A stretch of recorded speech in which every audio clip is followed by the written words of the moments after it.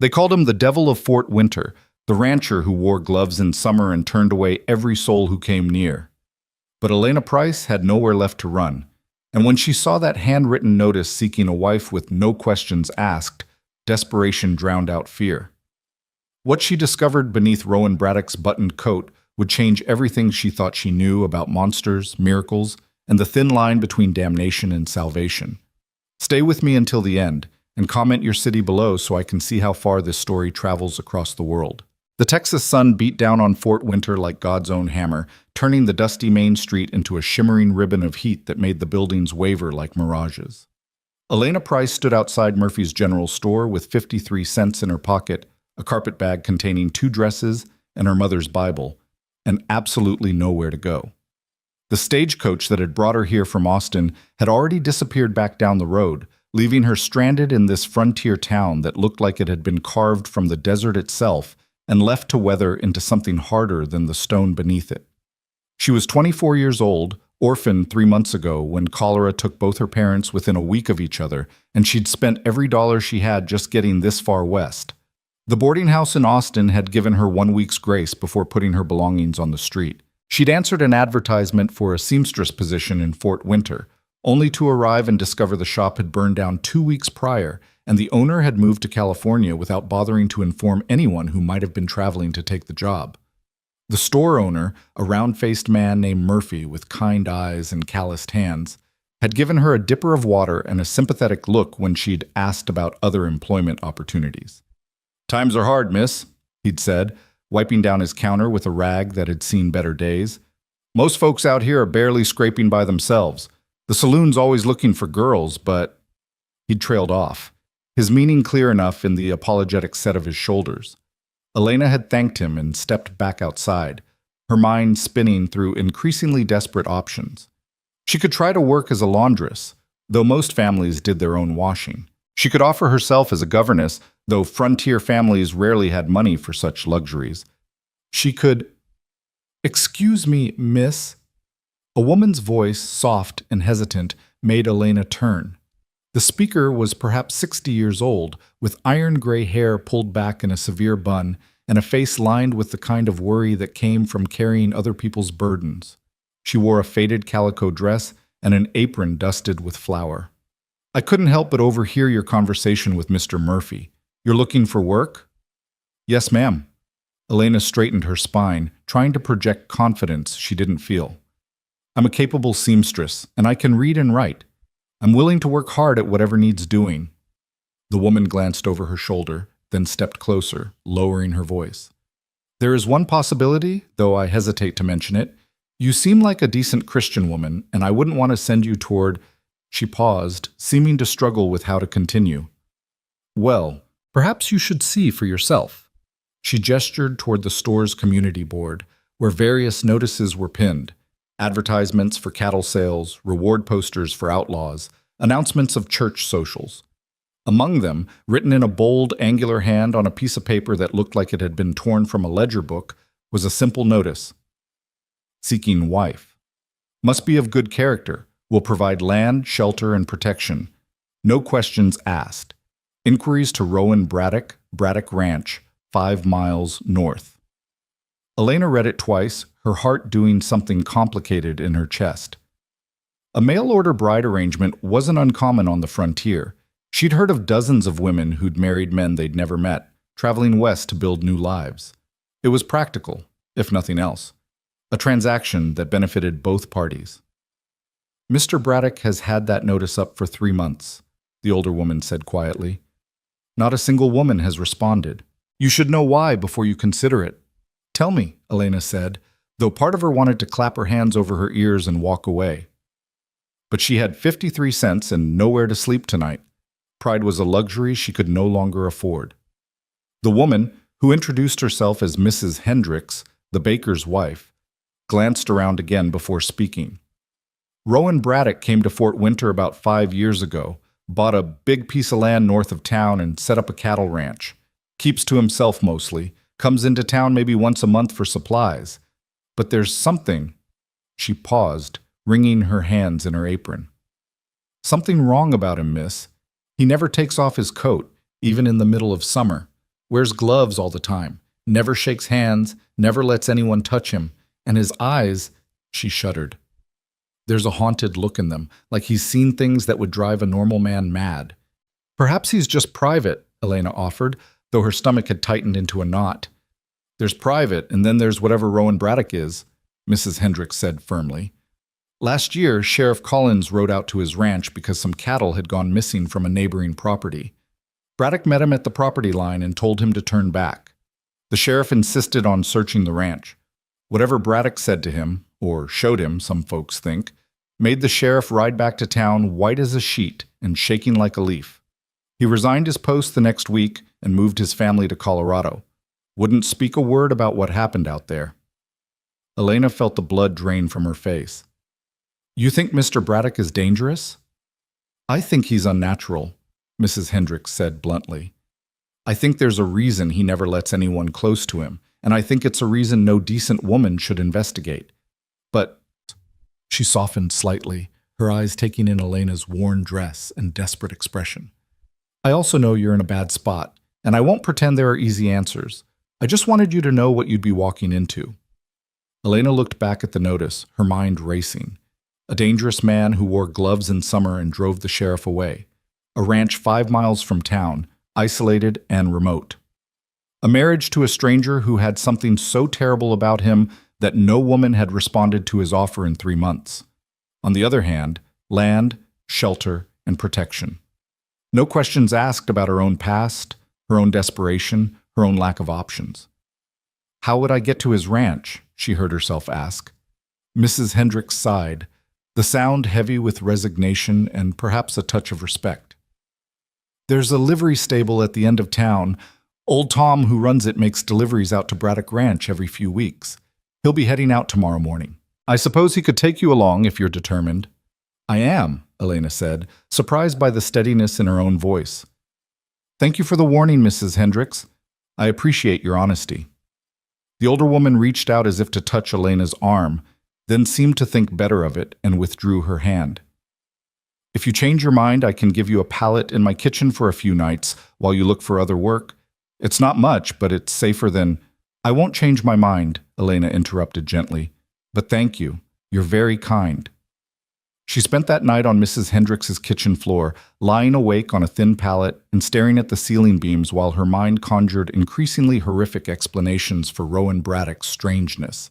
Perhaps he was hideously scarred from a fire or an animal attack, too proud to show his disfigurement. Perhaps he was sick with some wasting disease. Perhaps he was simply mad, and the isolation had twisted him into something barely human. Or perhaps, whispered a small, desperate voice in her head, he was just a lonely man who needed help running a ranch and was willing to marry for practical reasons rather than romantic ones. Perhaps the mystery was smaller than the fear surrounding it. She thought of her parents' marriage. Her father had been a bookkeeper, steady and quiet and kind. Her mother had run their home with gentle efficiency, and the two of them had built a life together that was defined more by partnership than passion.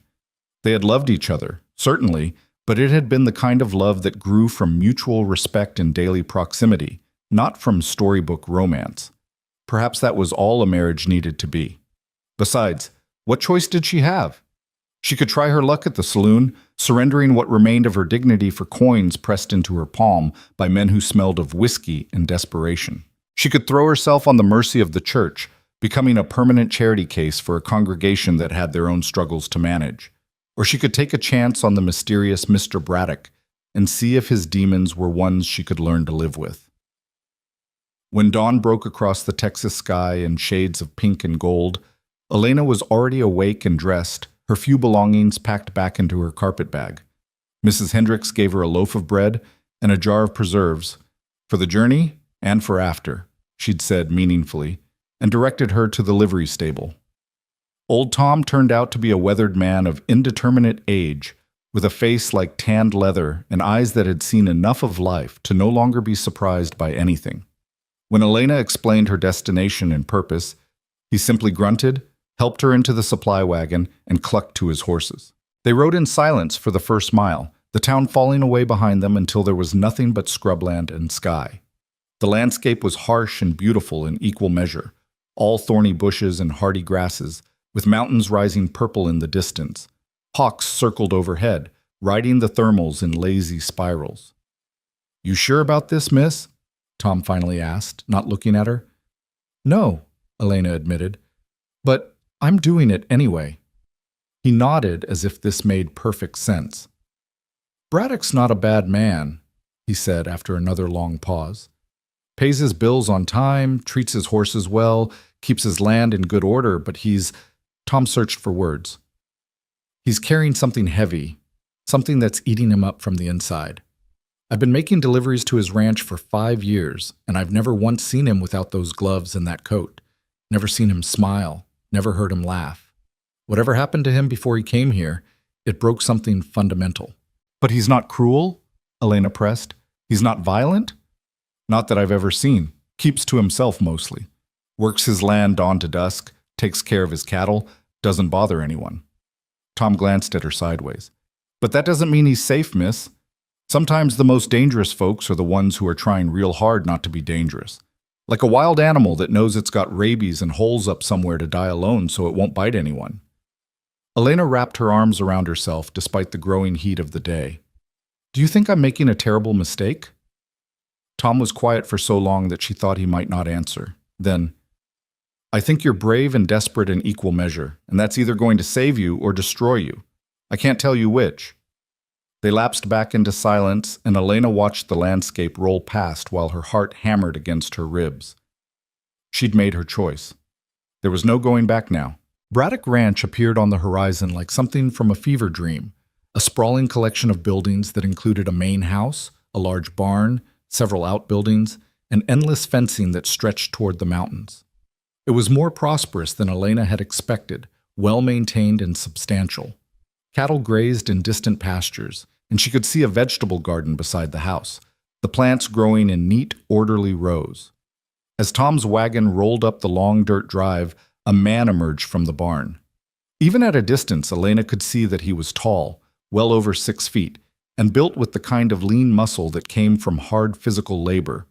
He wore dark trousers, heavy boots, and a long duster coat that hung to his knees despite the heat.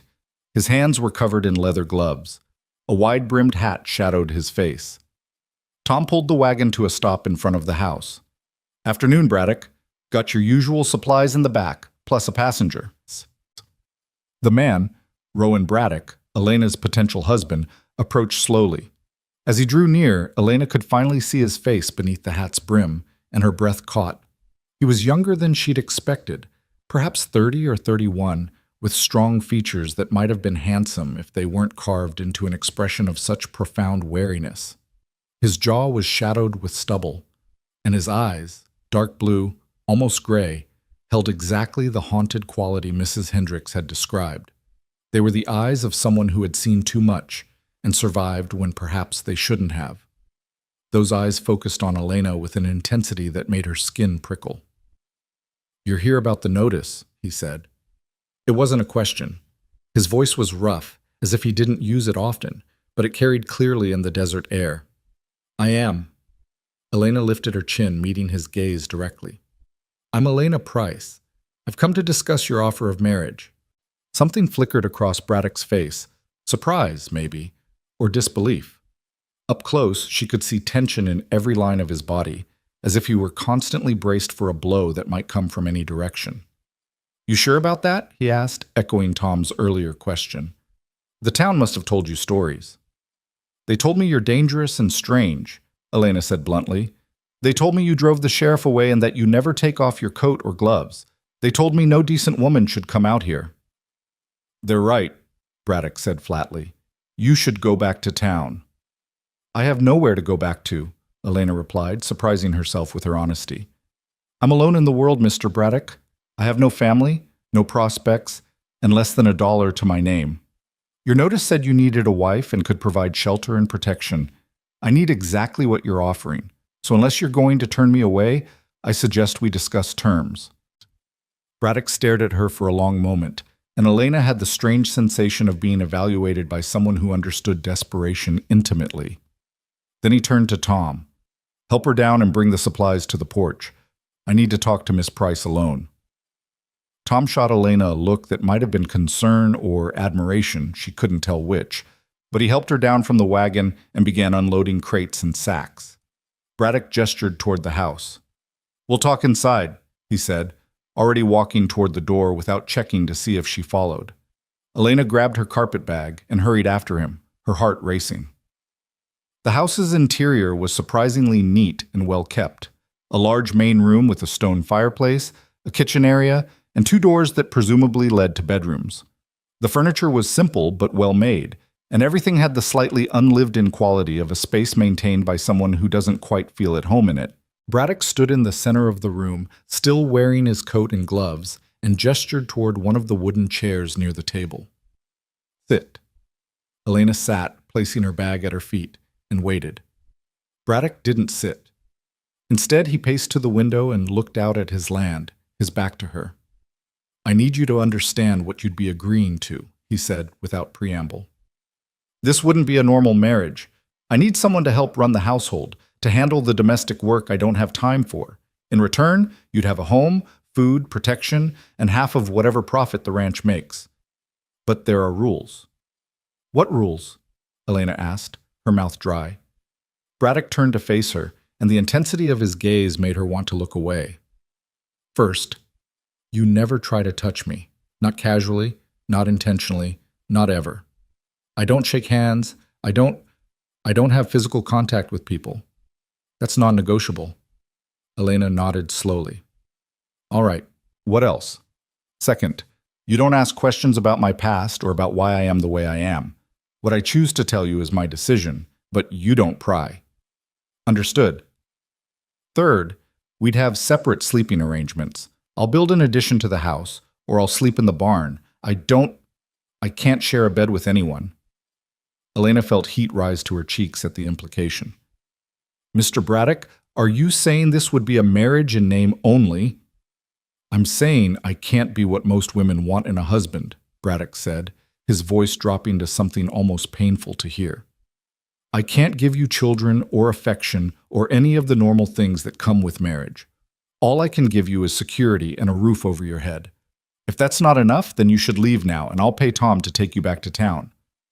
Elena sat very still, processing this. A marriage without intimacy, without touch, without the possibility of children or the kind of partnership her parents had shared. It should have horrified her. It should have sent her running back to the wagon. Instead, she found herself asking, "Why do you need a wife at all, if you want to live like a hermit?"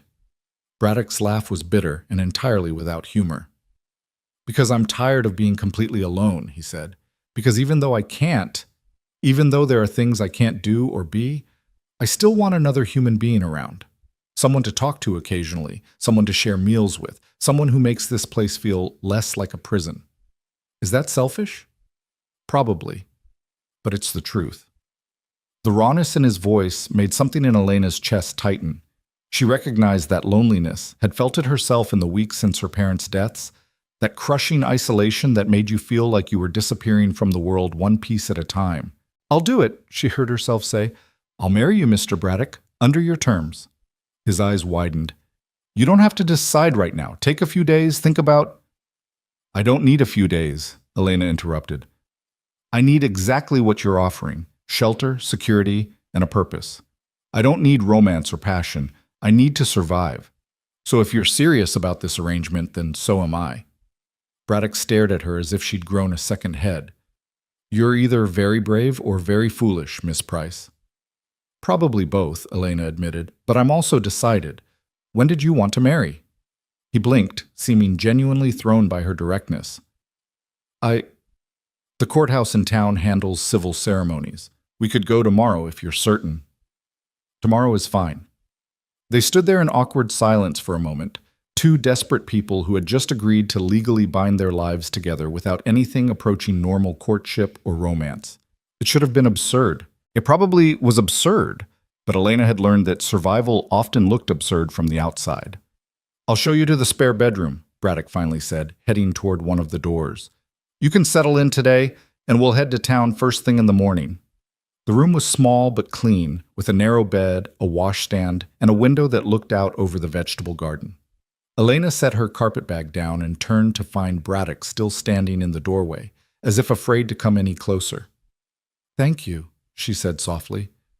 I know this arrangement is strange, but I'll do my best to be useful."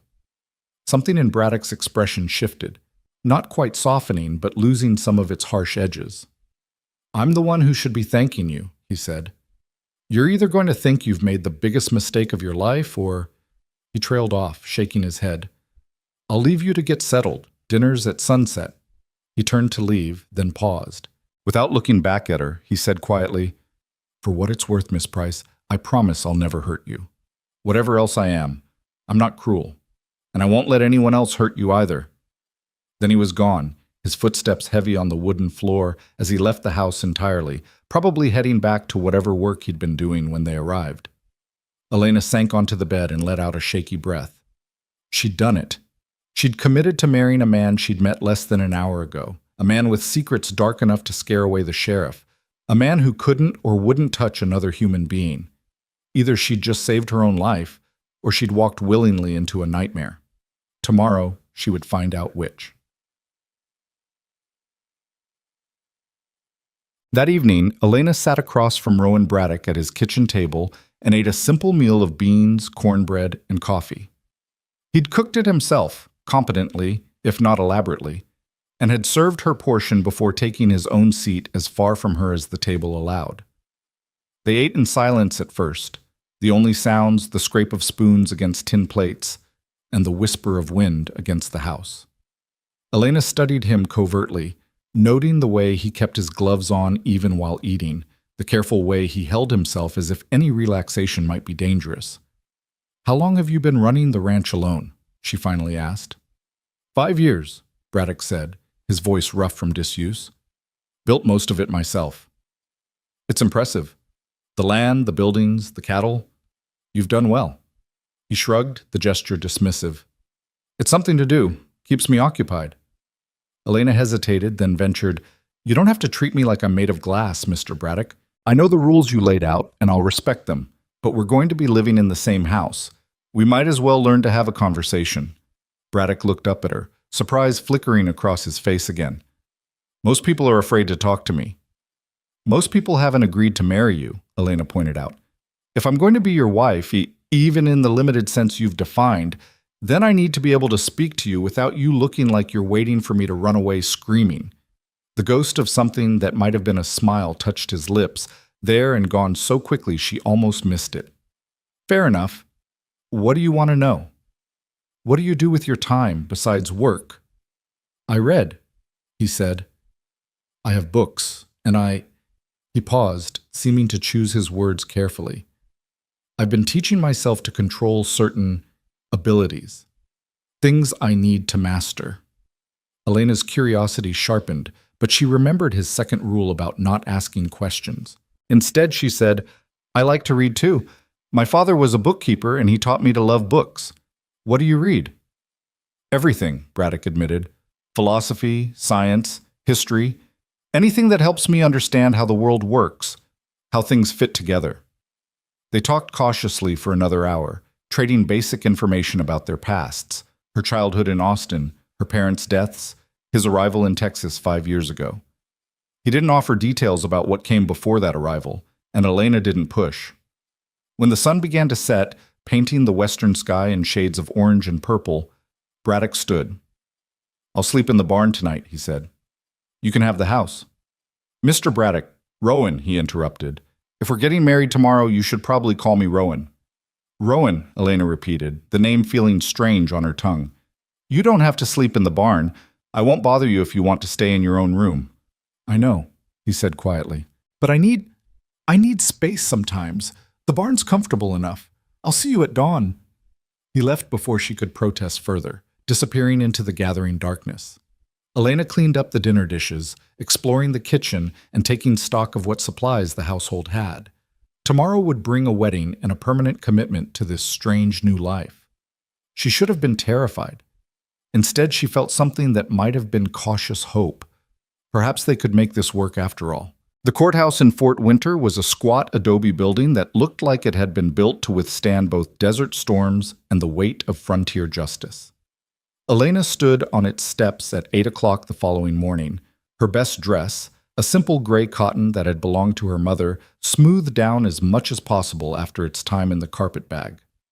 Beside her, Rowan Braddock stood rigid in his long coat and gloves, his hat pulled low over his eyes, looking like a man attending a funeral rather than his own wedding. Judge Morrison, a portly man with magnificent white whiskers and kind eyes, had agreed to perform the ceremony with minimal fuss. He'd seen enough frontier marriages to know better than to ask uncomfortable questions about why the groom wore gloves indoors, or why the bride and groom stood 3 feet apart from each other. "Do you, Rowan Braddock, take this woman to be your lawfully wedded wife?" Morrison asked, his voice carrying the practiced rhythm of a man who'd performed this ceremony dozens of times. "I do," Rowan said, his voice steady despite the tension Elena could see in his shoulders. "And do you, Elena Price, take this man to be your lawfully wedded husband?" Elena looked at Rowan, this strange, haunted man who had offered her salvation in exchange for nothing more than companionship and discretion. "I do." "Then by the power vested in me by the state of Texas, I pronounce you man and wife." Morrison closed his book and smiled at them. "You may kiss the bride." The silence that followed was excruciating. Rowan went absolutely still, and Elena saw something like panic flash across his face before he mastered it. "We'll skip that part," she said quickly, saving them both. "Thank you, Judge Morrison." The judge's eyebrows rose slightly, but he simply nodded and handed Rowan the marriage certificate. "Congratulations to you both. May you find happiness together." They signed the register, Rowan's handwriting bold and angular, Elena's more delicate, and walked back out into the morning sunlight as husband and wife. Tom was waiting with the wagon to take them back to the ranch, and Mrs. Hendricks stood nearby with a basket. "I baked you a wedding cake," the older woman said, pressing the basket into Elena's hands. Her eyes were sad and worried. I hope you'll be happy, dear." "Thank you," Elena said, meaning it. "Your kindness has meant more than you know." The ride back to the ranch was even quieter than the ride into town had been. Tom kept his eyes on the road. Rowan stared at the horizon as if it held answers he desperately needed, and Elena clutched the basket of wedding cake and wondered what exactly she'd just done. When they arrived back at the ranch, Rowan helped unload the few supplies they'd purchased in town, carefully avoiding any possibility of his hands touching Elena's, and then stood awkwardly in the yard as if unsure what to do next. "I should get back to work," he finally said. "The cattle need checking, and there's fence that needs mending in the north pasture." "All right," Elena replied. "I'll start getting familiar with the house. Figure out what needs doing." Rowan nodded and turned toward the barn, then paused. "Elena," he said, her name sounding strange in his rough voice. "Thank you for going through with this. I know I'm asking a lot." "We're asking a lot of each other," Elena corrected gently. "But we'll figure it out." He looked like he wanted to say something more, but instead he just nodded again and walked away, his long coat swirling around his legs. Elena watched him disappear into the barn and then carried the basket into the house that was now, legally speaking, her home. Over the following days, they developed a careful rhythm. Rowan rose before dawn and worked the ranch until exhaustion drove him to stop, mending fences, tending cattle, maintaining buildings, doing the endless labor that kept a property this size running. Elena took over the household duties, cooking meals that Rowan ate quickly and silently, washing clothes that he left in a basket by the back door, cleaning rooms that already seemed obsessively neat. They barely spoke beyond practical necessities. "Dinner's ready." "Thank you." "I'm going to town for supplies tomorrow." "I'll make a list." The house felt less like a home and more like a way station where two strangers happened to sleep under the same roof. Elena tried not to feel hurt by the distance. This was what she'd agreed to, after all. But there was something profoundly lonely about living with another person who kept himself so completely walled off. At least when she'd been alone in Austin, her solitude had been honest. This was a different kind of isolation, the kind that came from being near someone who refused to be reached. She learned Rowan's patterns through observation. He never removed his coat or gloves, even when working in the brutal Texas heat. He avoided being indoors during the day when possible, as if the walls pressed too close. He rarely slept more than a few hours, and when he did, it was in the barn, not the house. Sometimes she'd hear him moving around in the middle of the night, pacing, restless, like something caged. 3 weeks into their marriage, Elena woke to the sound of breaking glass. She grabbed her shawl and hurried into the main room to find one of the kitchen windows shattered, a large rock on the floor amid the glass shards. Rowan stood in the doorway in his shirt sleeves, the first time she'd seen him without his coat, staring at the damage with an expression of pure rage. "Stay back," he said sharply when Elena moved to help clean up. "There's glass everywhere." But Elena had already seen what he didn't want her to see. His shirt sleeves were rolled up to his elbows, and even in the dim pre-dawn light, she could see marks on his forearms. Not scars exactly, but something else. Lines that looked almost like writing, flowing symbols that seemed to shimmer faintly silver against his skin. Rowan caught her staring and immediately yanked his sleeves down, his face going white. "I told you not to come in here?" "Someone threw a rock through our window," Elena said, keeping her voice level despite her racing heart. "Who did this?" "Probably kids from town, testing whether the stories are true." Rowan's voice was tight with barely controlled fury. "It happens sometimes. They dare each other to come out here, throw things, try to get a reaction." "That's horrible," Elena said. "You should tell the sheriff." "Oh, wait." She remembered that the sheriff had fled after encountering whatever Rowan kept hidden. "What exactly did you show Sheriff Collins that made him leave town?" Rowan's jaw clenched. "That's the kind of question you promised not to ask." "I promised not to pry into your past," Elena countered. "But this is affecting our present. Someone just vandalized our home. I think I have a right to understand why." They stood on opposite sides of the glass-strewn kitchen, the broken window letting in the cool morning air, and Elena saw Rowan wrestling with something. Fear and anger and something else, maybe a desperate kind of longing to tell the truth. "If I show you," he finally said, his voice barely above a whisper, "you'll leave. Everyone leaves." "I'm your wife," Elena said. "Legally bound to you. I have nowhere else to go, remember? And I'm not some easily frightened girl. I've seen death and poverty and desperation. Whatever you're hiding can't be worse than what I've already survived." Rowan laughed, the sound bitter and broken. "You'd be surprised." But he rolled up his left sleeve anyway, slowly, revealing the full extent of the markings Elena had glimpsed earlier. They covered his entire forearm in intricate patterns that looked like a cross between writing and artwork, symbols she didn't recognize, flowing into each other in designs that seemed to move slightly when she looked at them directly. They were beautiful and unsettling in equal measure, glowing with that faint silver luminescence that seemed to come from beneath his skin rather than on it. "They go everywhere," Rowan said, his voice empty of emotion.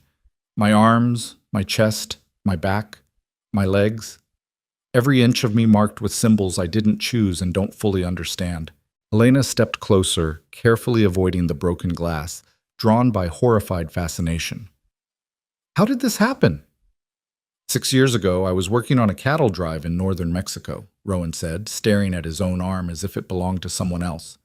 "We got separated from the main group during a storm, and I took shelter in what I thought was an abandoned mission. It wasn't abandoned. There was a sect there, people who practiced old magic, the kind that predates Christianity in that region.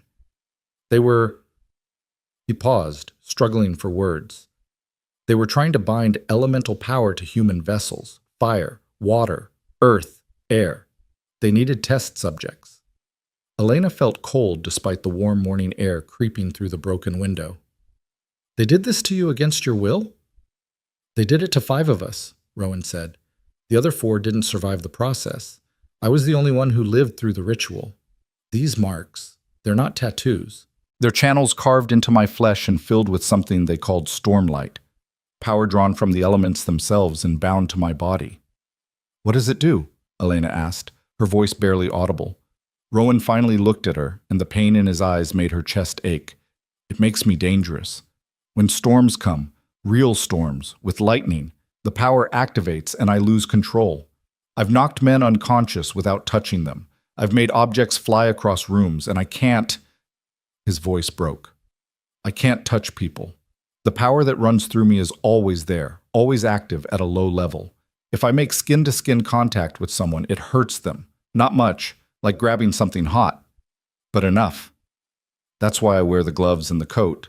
That's why I can't be normal. Elena absorbed this information, trying to reconcile it with everything she knew about the world. Magic wasn't real. Power drawn from elements was superstition. But the marks on Rowan's arms were undeniably real, glowing faintly in the growing dawn light, and the conviction in his voice was absolute. "Show me," she said. "What?" "Show me what you can do. Prove it to me." Rowan shook his head violently.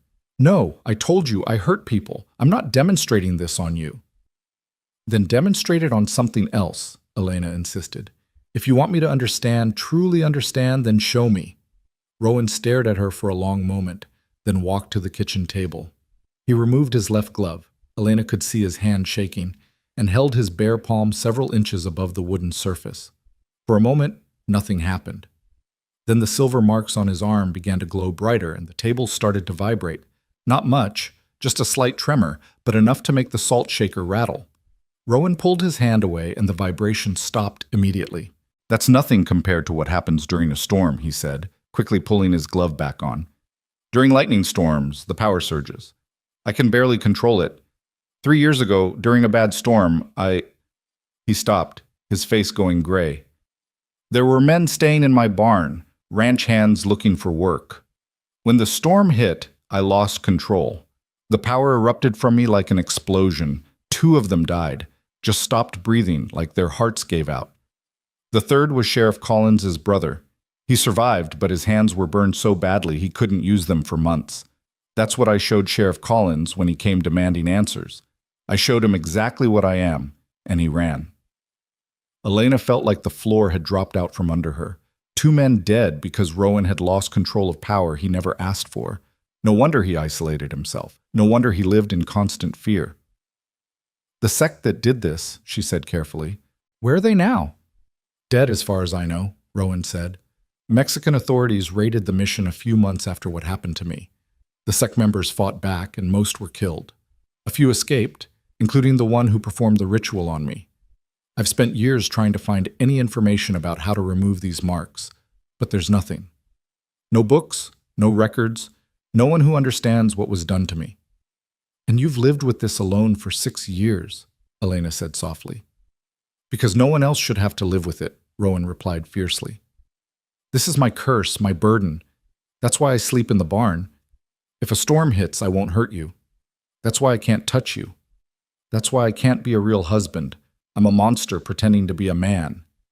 Elena looked at him, at this broken, lonely person who was trying so desperately to protect everyone around him that he'd exiled himself from human connection entirely, and felt something shift in her chest. "You're not a monster," she said firmly. "You're a victim. There's a difference." "Tell that to the men who died," Rowan said bitterly. "I can't, because they're dead. But I can tell you that their deaths weren't murder. They were tragedy. You didn't choose this power, you didn't want it, and you've spent 6 years trying to protect people from it. That's not what monsters do." Rowan looked at her with something like desperate hope warring with disbelief on his face. "How can you say that? You barely know me." "I know that you offered marriage to a stranger because you were tired of being alone," Elena said. "I know that you've been careful and respectful of boundaries, even though it must be lonely beyond measure. I know that you work yourself to exhaustion trying to control something you never should have had forced upon you. That tells me who you are, Rowan, and that person isn't a monster." For a moment, she thought he might cry. His eyes went bright and his jaw trembled, and he looked younger than his years, like a boy who'd been carrying an impossible weight for far too long. "I don't deserve your kindness," he whispered. "That's not your decision to make," Elena replied. "Now help me clean up this glass, and we'll figure out how to keep the town kids from harassing us." They worked together in silence, Rowan sweeping up the larger shards while Elena collected the smaller pieces. The sun rose fully as they worked, painting the kitchen in golden light that made the whole incident feel almost dreamlike. When they were finished and Rowan had nailed boards over the broken window as a temporary fix, Elena made coffee and they sat at the table together, the closest they'd been since their wedding day. "Thank you," Rowan said, wrapping his gloved hands around his coffee cup. "For not running, for not being afraid." "Oh, I'm afraid?" Elena admitted. What you showed me is terrifying, but I'm not afraid of you. There's a difference. Something in Rowan's posture relaxed slightly, as if he'd been holding himself rigid for years and was finally allowing himself to breathe. What do we do now? Now we replace that window and we keep living, Elena said. And maybe we try to actually talk to each other occasionally. We're married, Rowan. We don't have to be friends, but we could at least try to be partners. I'd like that, Rowan said quietly. I'd like that a lot. Things changed after that morning. Not dramatically, not overnight, but in small, incremental ways that accumulated into something meaningful. Rowan still slept in the barn, but he started joining Elena for breakfast instead of grabbing food on his way out.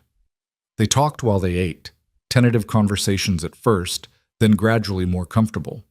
He told her about the ranch, about his plans to expand the herd, about the small frustrations and victories of working the land. She told him about her parents, about the books she'd loved as a child, about the dreams she'd once had of becoming a teacher. Elena started leaving things for him. A coat she'd mended without being asked, a lunch packed for days when he'd be working far pastures, a book she thought he might enjoy placed on his workshop table in the barn. Rowan, in turn, began small gestures of his own. He fixed the squeaky hinge on her bedroom door. He brought her wildflowers from the far fields, awkwardly presenting them without explanation. He carved her a better clothespin holder when he noticed hers was falling apart. They were building something, Elena realized. Not romance, not passion, but something perhaps more rare. Genuine partnership founded on honesty and mutual respect. They were two damaged people learning to exist in the same space without hurting each other, and there was a quiet beauty in that. 6 weeks after their wedding, Elena was hanging laundry when she heard hoofbeats approaching. She turned to see 3 riders coming up the drive, rough-looking men with hard eyes and guns on their hips. Fear spiked through her, but before she could run to the house, Rowan appeared from the barn, moving to intercept them. "This is private property," Rowan called out, his voice carrying clear authority. "State your business or turn around." The lead rider, a man with a scarred face and a cruel smile, spat tobacco juice onto the ground. "Heard you got yourself a wife, Braddock. Wanted to see if she was as desperate as the rumors say." Elena saw Rowan's hands clench into fists, saw the tension that meant he was fighting for control. She moved before she could think better of it, walking to stand beside her husband even though fear made her legs weak. "I'm Elena Braddock," she said, her voice steadier than she felt. "And yes, I'm Rowan's wife. Now, unless you have legitimate business here, I suggest you leave before we have a problem." The scarred man laughed. "You hear that, boys? Little lady's got spirit. Wonder how long that'll last once she figures out what she married into." "One more word," Rowan said, his voice dropping to something dangerous, "and you'll regret it." "You threatening us, Braddock?" The man's hand drifted toward his gun. "Because I don't think you want to do that. We know what you are. We know about Mexico. Be a shame if word got out that there's a killer living among decent folks." Elena felt Rowan go absolutely rigid beside her. The air itself seemed to change, taking on a quality she couldn't name, like the pressure before a storm. The marks beneath his clothes must be glowing, she realized. He was losing control. "Rowan," she said quietly, urgently. "Don't. They're not worth it." "Listen to your wife," the scarred man taunted. "Keep your devil tricks to yourself." But Elena saw what the riders didn't. Clouds gathering on the horizon, dark and heavy with rain. A storm was coming, and if it arrived while Rowan was already agitated, while he was already fighting for control, the results could be catastrophic.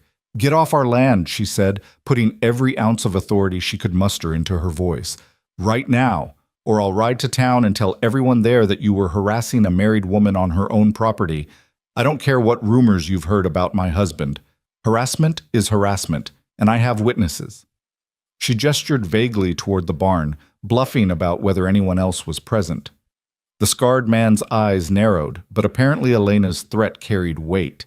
He sneered at them both, but he wheeled his horse around. "This ain't over, Braddock. Sooner or later, folks are going to want answers about what you really are." They rode away in a cloud of dust, and Elena watched them disappear before turning to Rowan. He was shaking, his breathing ragged, and she could see silver light flickering beneath his shirt. "Inside," she said.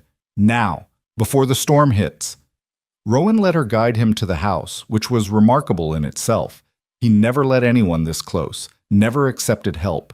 But he was clearly losing the battle for control, and when thunder rumbled in the distance, he made a sound of pure pain. "You need to leave," he gasped as they reached the house. "Get to town. Stay with Mrs. Hendricks. This is going to be bad." "I'm not leaving you," Elena said firmly. She'd seen enough now to understand what was coming, Rowan writhing in agony while power he couldn't control surged through him, alone and terrified in his own barn. "Tell me what to do. Tell me how to help." "You can't," Rowan said, but his voice was weakening. "No one can. Just stay away from me." The storm rolled in fast, the way desert storms did, bringing wind that howled around the house and rain that lashed against the windows. Lightning cracked across the sky, and Rowan collapsed to his knees with a cry of agony. Elena watched in horror as the marks on his arms began glowing through his shirt, bright silver light that pulsed with each lightning strike. "Rowan," she said helplessly, wanting to touch him, to comfort him, but knowing she couldn't. The air around him was practically crackling with energy now, and she could feel the hair on her arms standing on end. "Get back," Rowan groaned, curling in on himself. "Please, Elena, I don't want to hurt you." But watching him suffer alone felt impossible. They'd built something together over these weeks. Not love, maybe, but trust. Partnership. The beginning of genuine care. She couldn't just stand here and do nothing. Lightning struck somewhere close, probably one of the fence posts, and Rowan screamed. The silver marks were blazing now, visible even through his clothes, and objects around the room started to shake. A tin cup flew off the table and clattered against the wall. The windows rattled in their frames. Elena made a decision that was either very brave or very stupid. She dropped to her knees beside Rowan, not touching him, but close enough that he could feel her presence, and started talking. "Listen to my voice," she said, making her tone as calm and steady as possible, even though her heart was racing. "You're not in Mexico. You're home. You're safe. This storm will pass, just like all the others have. You've survived this before, Rowan. You can survive it again." "Can't," he gasped. "Too strong. Going to lose control." "No," Elena said firmly. "No, you're not. Because I'm here, and I'm not going to let you. You're stronger than this power, Rowan. You've been fighting it for 6 years, and you're still fighting. Don't stop now." She kept talking, kept her voice steady, kept herself present without touching. And slowly, so slowly, she saw Rowan's breathing begin to even out. The silver glow didn't fade, but it stopped growing brighter. The shaking object settled. He was still clearly in pain, still struggling, but he wasn't losing control. "That's it," Elena encouraged. "You're doing it. Stay with me. Focus on my voice, not the storm." Thunder crashed overhead, and Rowan flinched but didn't scream. His hands were braced against the floor, gloved fingers digging into the wood, and Elena could see him fighting with everything he had to stay present, stay controlled. "Tell me about the ranch," she said, grasping for anything that might help. "Tell me about your plans for the cattle." "What?" Rowan's voice was strangled. "Your plans," Elena repeated. "You said you wanted to expand the herd. Tell me how you're going to do it." For a moment she thought he wouldn't be able to answer, that the pain was too great. But then, haltingly, he started talking. His voice was rough and broken, but he described his breeding plans, the pastures he wanted to improve, the fence repairs that needed doing. And as he talked, as he focused on something concrete and familiar, Elena watched the silver glow begin to fade. The storm raged for another hour, but Rowan made it through without losing control. By the time the lightning passed and the rain softened to a gentle patter, he was exhausted and shaking but coherent. He looked up at Elena with something like awe. "You stayed," he said. "Why did you stay?" "Because you're my husband," Elena said simply. "And because no one should have to face their demons alone." Rowan's eyes were bright with unshed tears. "I could have killed you." "But you didn't. You stayed in control because you're stronger than you believe." Elena sat back on her heels, giving him space. "How do you feel?" "Like I've been trampled by horses," Rowan admitted. "But I'm all right. Because you were here. I've never When storms hit, I always lose control completely, but you somehow helped me stay present. Maybe you just needed someone to anchor you, Elena suggested. Someone to remind you who you are when the power tries to make you forget. They sat there on the floor together as the storm moved on, not touching, but closer than they'd ever been. And Elena realized that their strange marriage was becoming something neither of them had expected, a genuine connection forged in honesty and sustained by mutual need. "Thank you," Rowan said finally. "I don't have words for what you just did, but thank you." "We're partners," Elena replied. "That's what you do for your partner." Something in Rowan's expression shifted, softened in a way she'd never seen before. "Elena," he said hesitantly, Would you stay in this house tonight? Not in my room, but just here? I don't want to be alone." It was the first time he'd ever asked for her presence instead of maintaining distance. Elena felt warmth bloom in her chest. "Of course," she said. "I'll stay." That night, Rowan slept on the floor near the fireplace while Elena stayed in her bedroom with the door open. It wasn't much. They were still in separate spaces, still maintaining boundaries, but it felt like a beginning. The beginning of trust becoming something deeper, loneliness transforming into companionship. Neither of them could have known that this was just the calm before a different kind of storm, one that would bring revelations about Rowan's past and force them both to confront questions about what it meant to be human, to be powerful, and to choose love in a world that feared what it didn't understand. But for now, in the quiet after the storm, two people who had married as strangers rested easier knowing they weren't completely alone anymore. The weeks following that storm marked a subtle but undeniable shift in the rhythm of their lives. Rowan still maintained his boundaries, still wore his coat and gloves like armor against the world, but there was a softness to him now that hadn't existed before.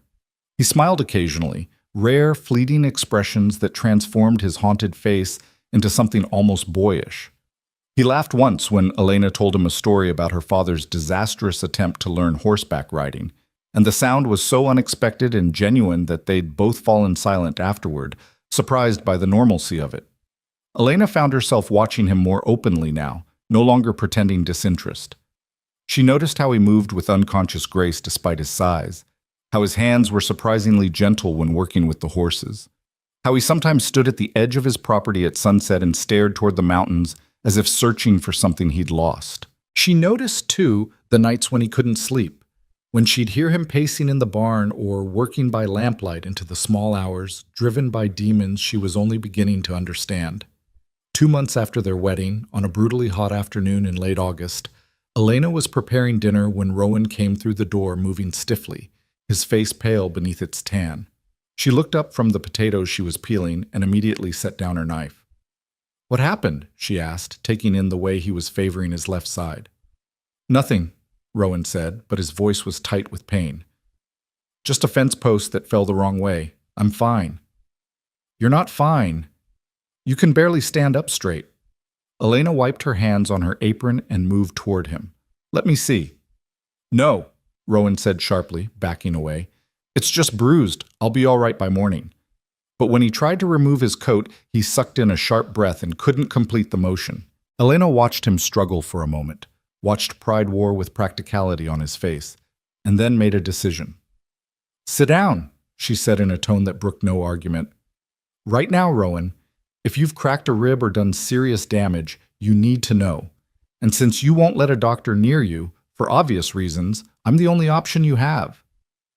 Rowan looked like he wanted to argue, but another wave of pain must have convinced him because he slowly lowered himself into one of the kitchen chairs. "You can't touch me," he reminded her. "The marks—" "I know," Elena interrupted. "I'll be careful, but I need to at least look at the injury. Can you remove your coat?" With visible effort and several pauses to breathe through the pain, Rowan managed to shrug out of his long coat. Beneath it, he wore a work shirt, and Elena could see a dark stain spreading across the left side. Not a bruise showing through fabric, actual blood. "Rowan," she said, her voice sharp with alarm. "That's not just a bruise. You're bleeding." "The fence post had a nail," he admitted reluctantly. "It caught me when it fell. I thought it was just a scratch." "A scratch doesn't bleed through your shirt." Elena grabbed clean towels from the cupboard and set them on the table. You need to take off your shirt so I can see how bad it is. Rowan's face went even paler, but this time it wasn't from pain. Elena, I can't. The marks. You've seen my arms, but the rest is worse. I don't want you to see. I don't care about the marks, Elena said firmly. I care about whether you're going to bleed out in my kitchen because you're too proud to accept help. Now either you remove that shirt or I'll cut it off with my sewing scissors. For a long moment they stared at each other, wills clashing. Then Rowan's shoulders sagged in defeat. Turn around, he said quietly. Please, just give me a moment. Elena turned to face the window, giving him privacy, and heard the rustle of fabric as he removed his shirt. When he spoke again, his voice was barely audible. You can look now. She turned back and felt her breath catch. The marks on his arms had been shocking enough, but seeing the full extent of what had been done to him was something else entirely. The silver symbols covered every inch of his torso, spreading across his chest and shoulders, flowing down his sides, wrapping around his back in intricate patterns that seemed to pulse faintly with their own light. They were beautiful in a terrible way, like someone had turned his body into an unwilling canvas for art that was never meant to exist. But Elena forced herself to look past the marks to the injury itself. A deep gash along his left ribs, still bleeding sluggishly, surrounded by already darkening bruises. It needed stitching, and soon. This is bad, she said, keeping her voice clinical, even though her hands wanted to shake. It needs to be cleaned and closed. I've helped my mother stitch wounds before. Nothing this deep, but I know the basics. Do you have medical supplies? Barn, Rowan said, not meeting her eyes. There's a kit in the tack room. Elena ran to get it, her mind racing. When she returned, Rowan was sitting exactly as she'd left him, staring at his own marked hands as if they belonged to a stranger. She set the kit on the table and began laying out what she'd need. Thread, needle, clean cloth, whiskey for sterilization. This is going to hurt, she warned. I'll be as gentle as I can, but I know, Rowan said. Just do what needs doing. Elena poured whiskey over the wound, and Rowan hissed in pain but didn't pull away. She worked as carefully as possible, cleaning the gash and preparing to stitch. The marks surrounding the injury glowed slightly brighter as she worked, responding to his pain or perhaps to her proximity, but they didn't seem to be causing any immediate danger. Why do they glow brighter sometimes? She asked, trying to distract him as she began the first stitch. Rowan's jaw clenched, but he answered. They respond to emotion, fear, anger, pain. Anything intense makes them activate. During storms, the activation is involuntary and overwhelming. The rest of the time, I can usually keep them suppressed, but it takes constant effort.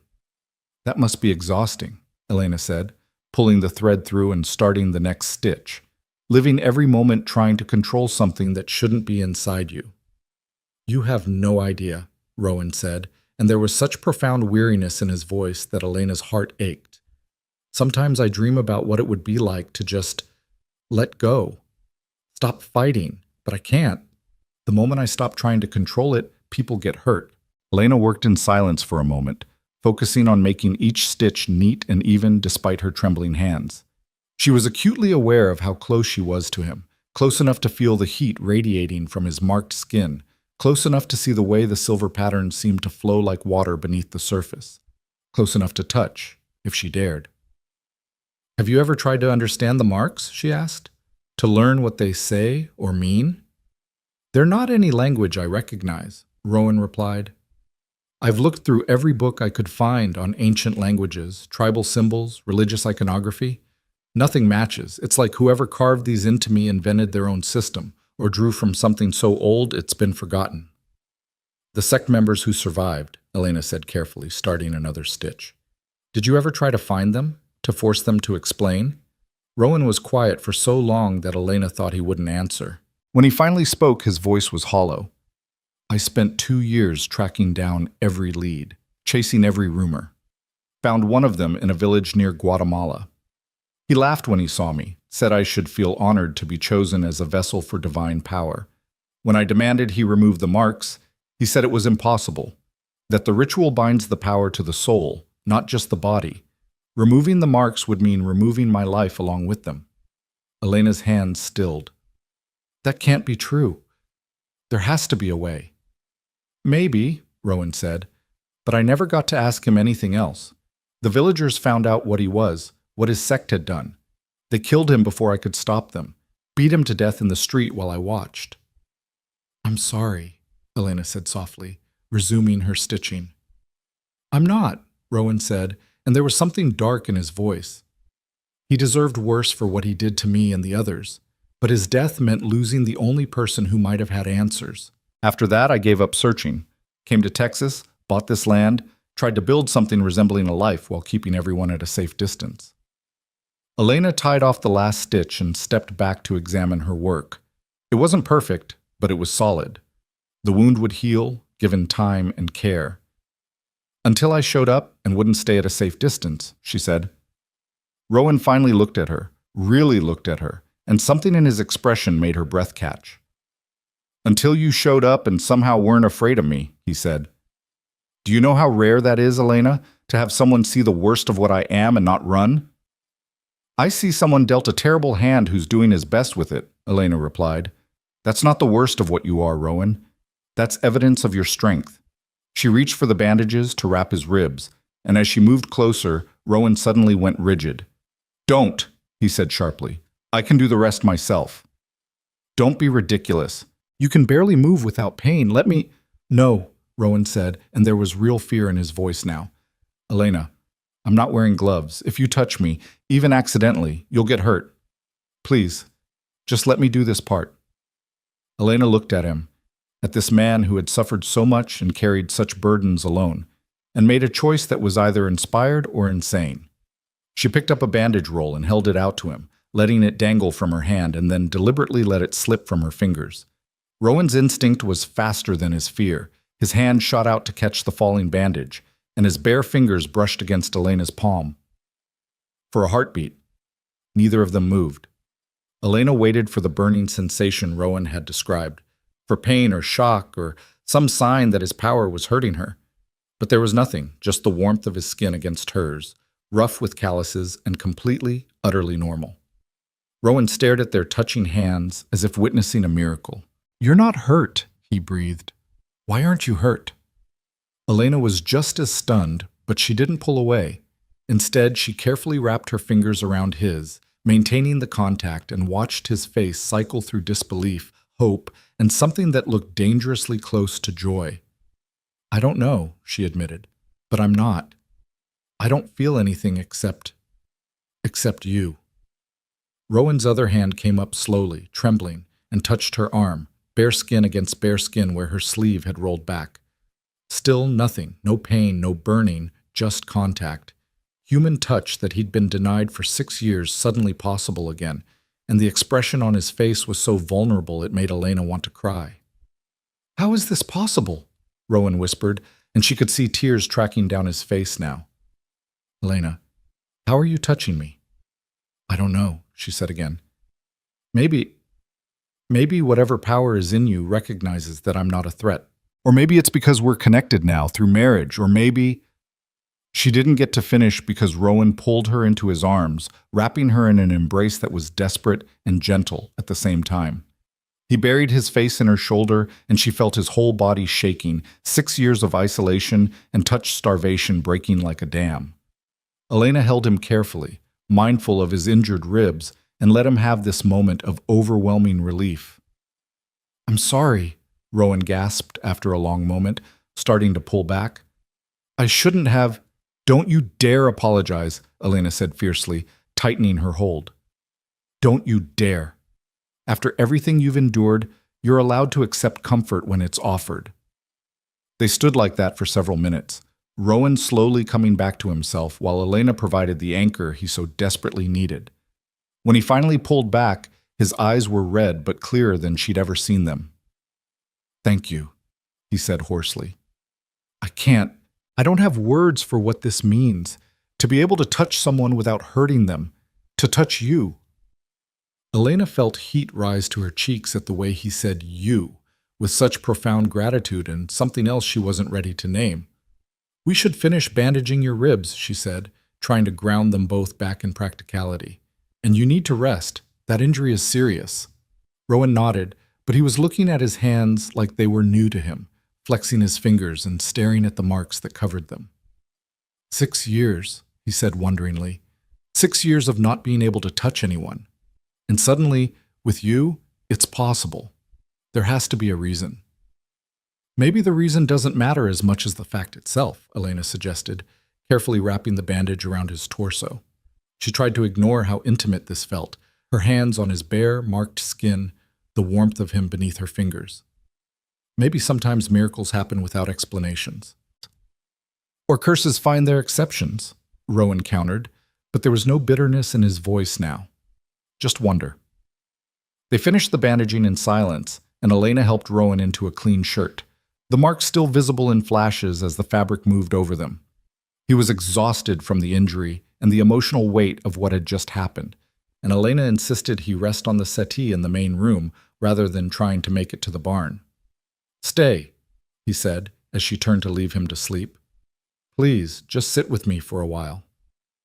So Elena pulled a chair close and sat, and Rowan reached out to take her hand, marveling at the simple act of holding someone's hand without gloves between them, and fell asleep like that. Elena watched him rest, his face finally peaceful, and tried to process what had happened. The marks on his body held power that hurt others, but somehow didn't hurt her. It was impossible, illogical, and yet undeniably real. She thought about what Rowan had said, that the ritual bound power to the soul. Perhaps that meant the power itself had some kind of consciousness or instinct. Perhaps it could distinguish between threat and safety, between stranger and what? Wife? Partner? Something more?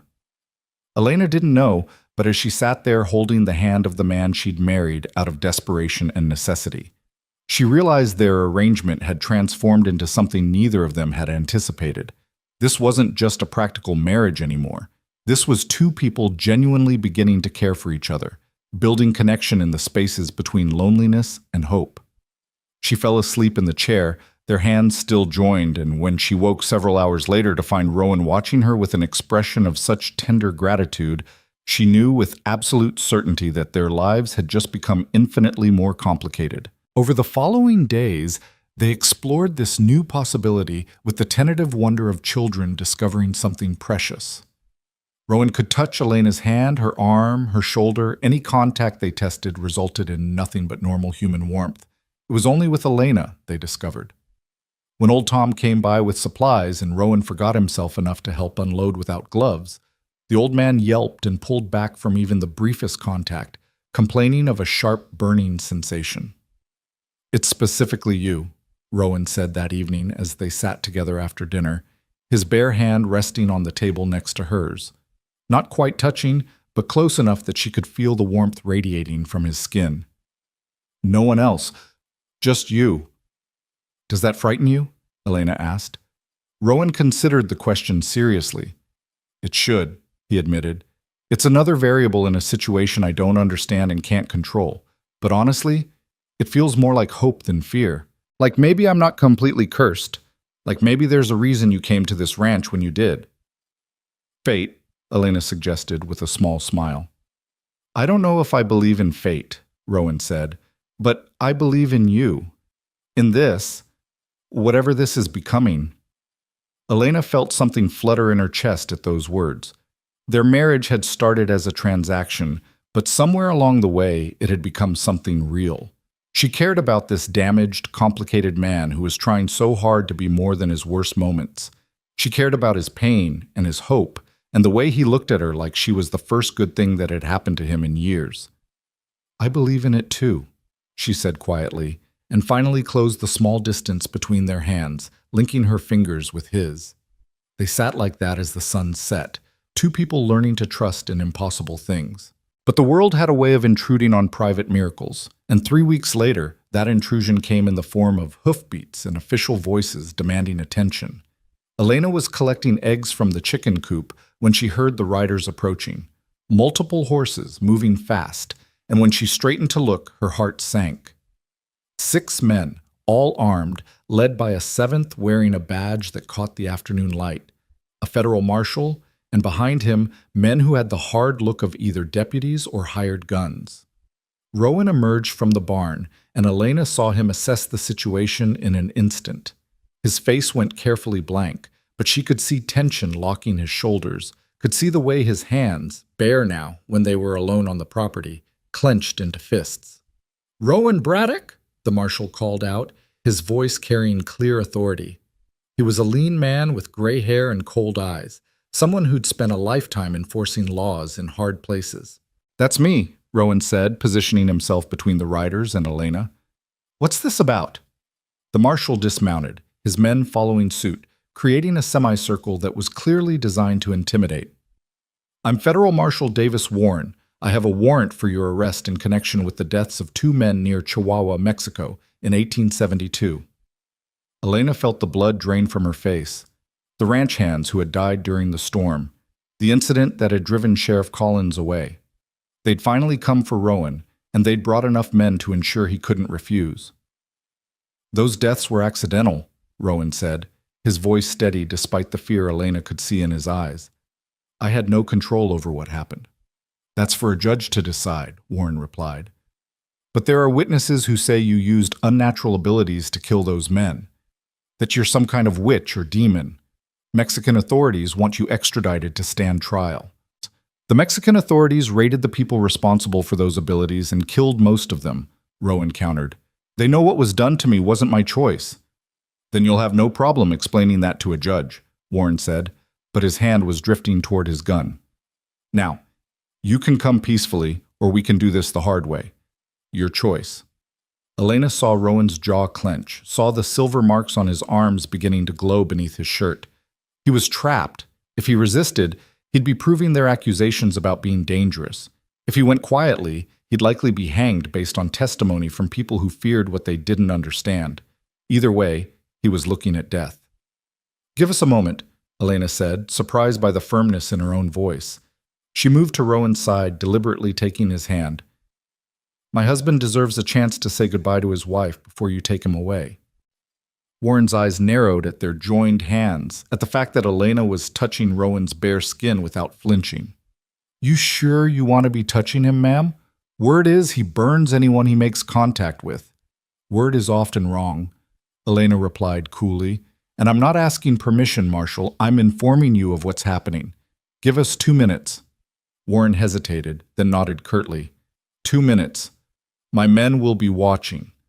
Elena pulled Rowan toward the house, feeling him trembling beneath her touch. Once inside, she turned to face him and saw barely controlled panic in his eyes. "They're going to kill me," he said flatly. "If not here, then in Mexico. There's no trial that ends with me walking free." "Then don't let them take you," Elena said urgently. "Fight. I've seen what you can do." "I can't," Rowan said desperately. "Don't you understand?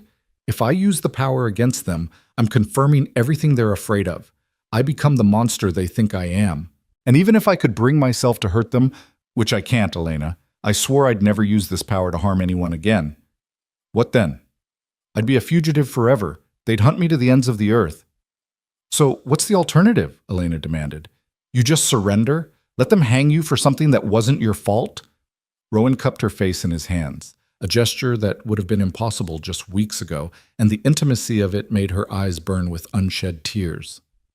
"The alternative is that you stay here and run this ranch, that you live the life we were starting to build, that you—" "No," Elena said fiercely.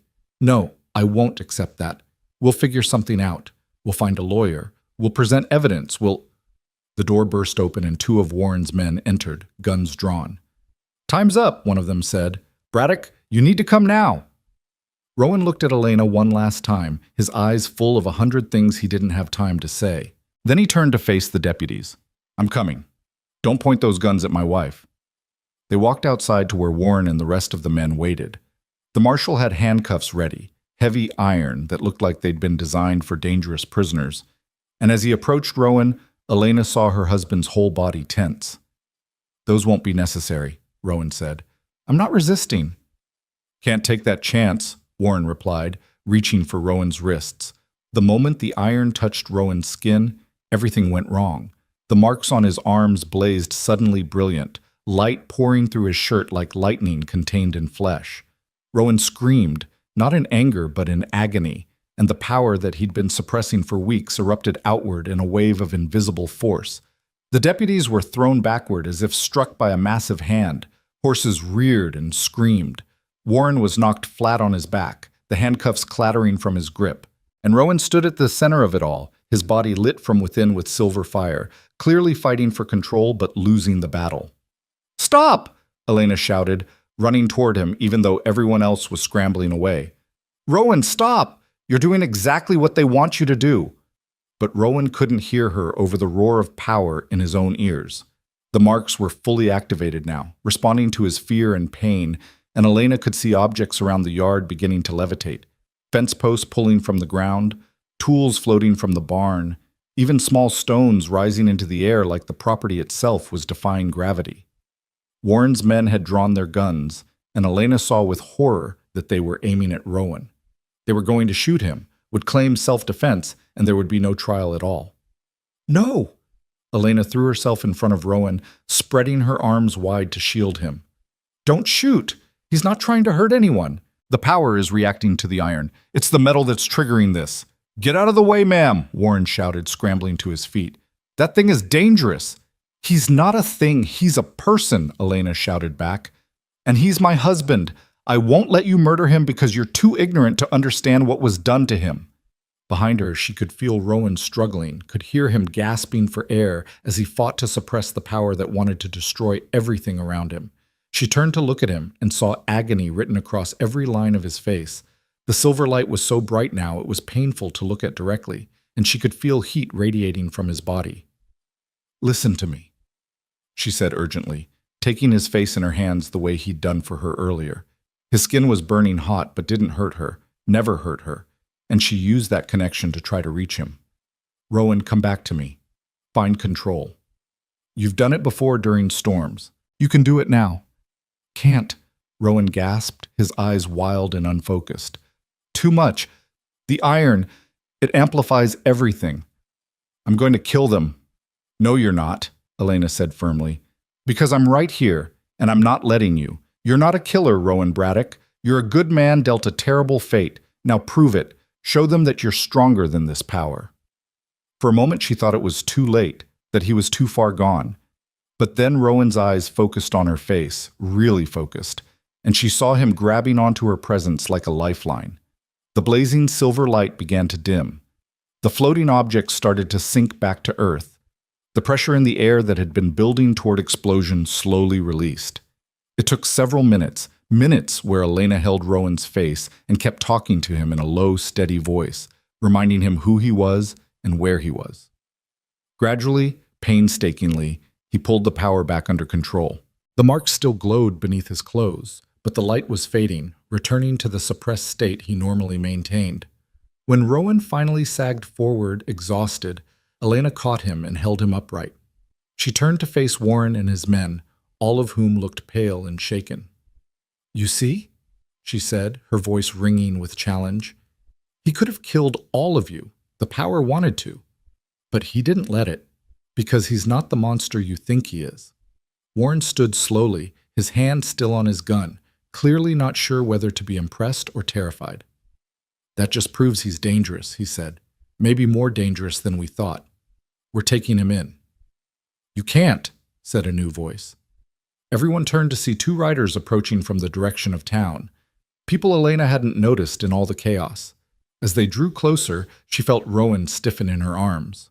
The newcomers were a man and a woman, both dressed in traveling clothes, both with the kind of weathered faces that spoke of hard living. And when they dismounted, Elena saw with shock that the man's hands bore the same silver markings that covered Rowan's body.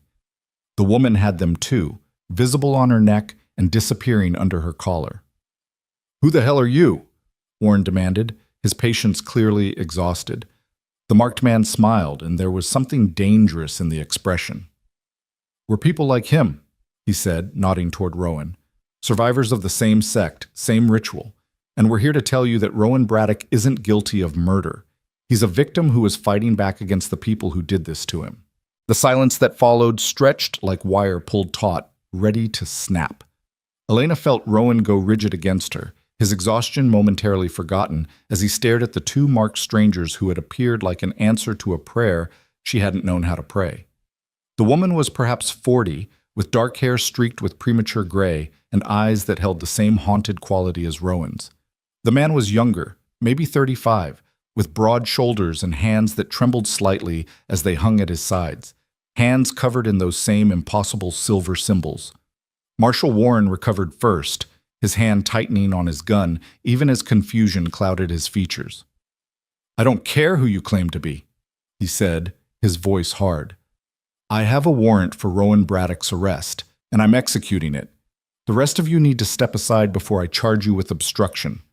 "You can't arrest a man for defending himself," the marked woman said, her voice carrying an authority that made even Warren hesitate. She reached into her saddlebag and pulled out a thick envelope, its seal already broken. "This is a gubernatorial pardon for Rowan Braddock, signed by the governor of Texas 3 days ago.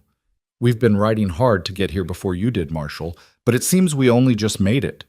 Warren's face darkened with suspicion. "That's impossible.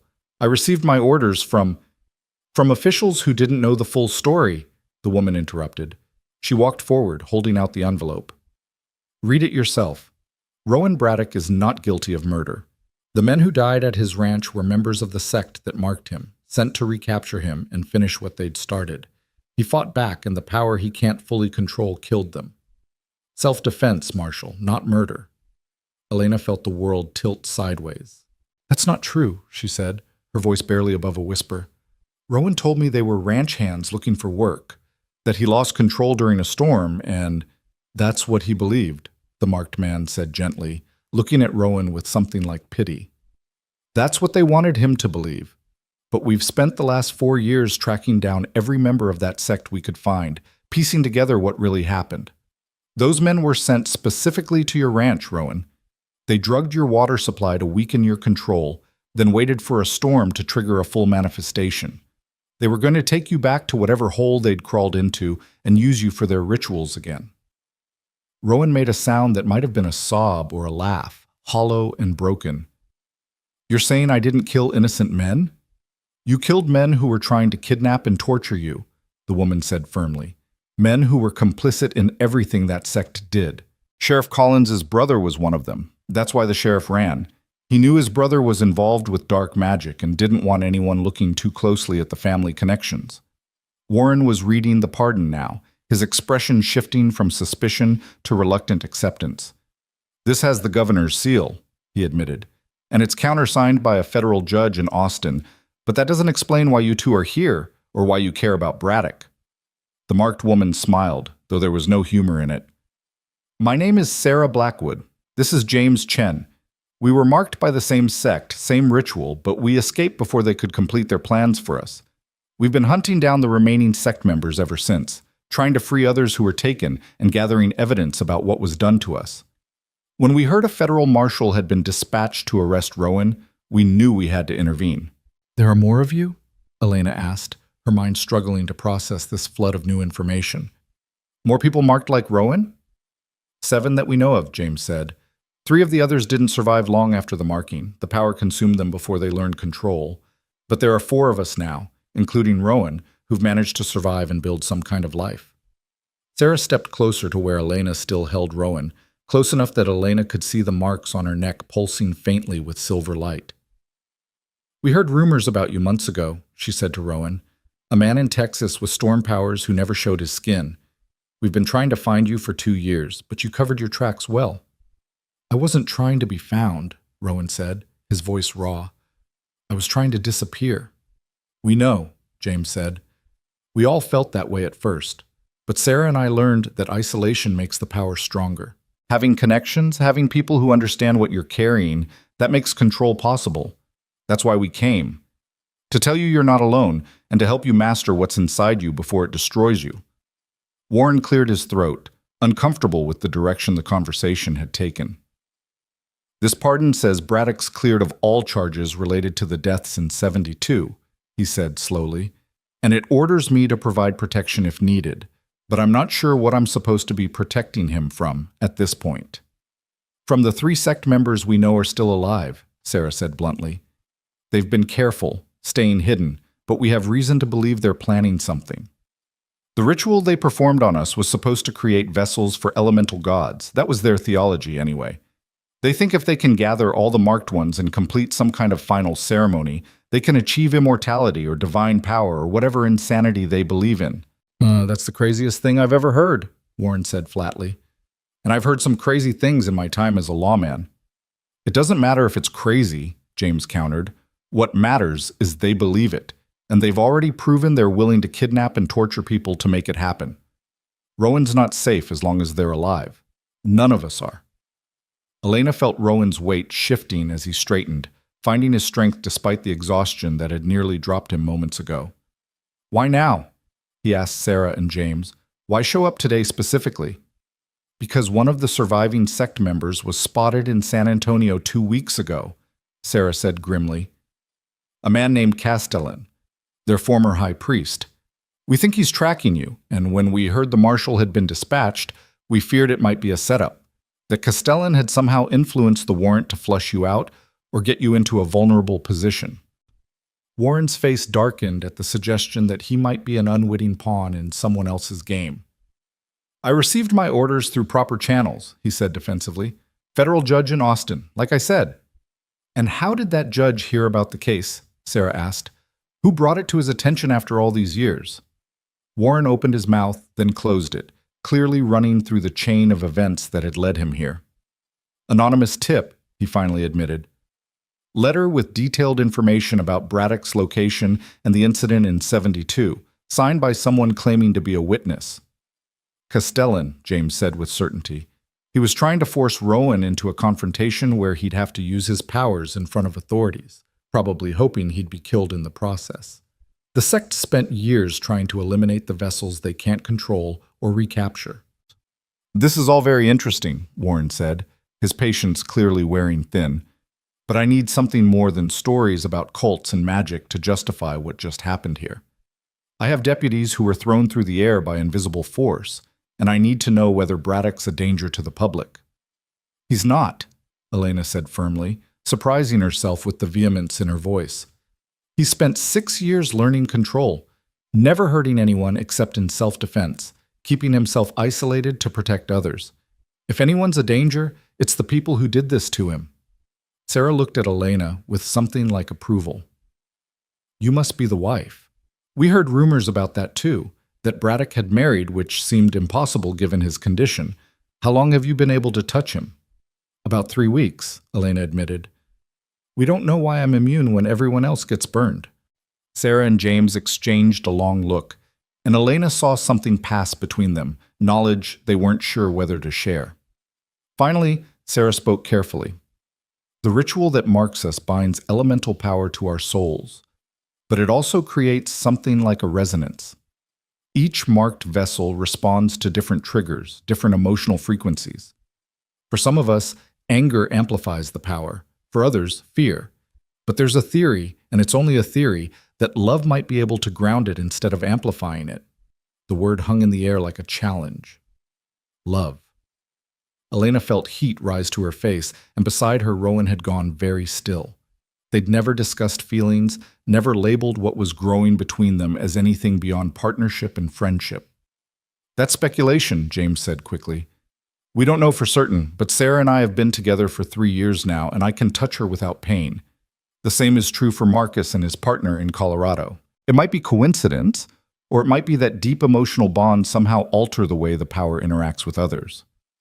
So you're saying Elena can touch me because Rowan trailed off, unable or unwilling to finish the sentence. I'm saying there's a connection between you that's affecting how the power behaves, Sarah said diplomatically. What you call that connection is your business. Warren had clearly had enough of metaphysical discussions. Here's what's going to happen, he said in a tone that brooked no argument. I'm accepting this pardon as legitimate, which means Braddock's free to go, but I'm also filing a report with the Federal Marshal Service about what I witnessed here today, and I'm recommending that someone keep an eye on this situation. If these cult members you're talking about are real threats, that's something the authorities need to know about. The authorities wouldn't believe you if you told them, Sarah said bluntly. We've tried reporting what we know, Most lawmen think we're insane. The smart ones quietly suggest we leave town before we cause trouble. Then maybe it's time people started believing, Warren countered. I saw what Braddock did. Saw things floating in the air. Saw men knocked down by nothing visible. That's not something I can just ignore and pretend never happened. What are you suggesting? Rowan asked warily. Warren looked at him for a long moment, and Elena saw the marshal wrestling with his own understanding of the world.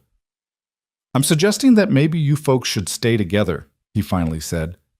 If there are really only 4 of you left alive, and if there are people hunting you, then spreading out makes you vulnerable.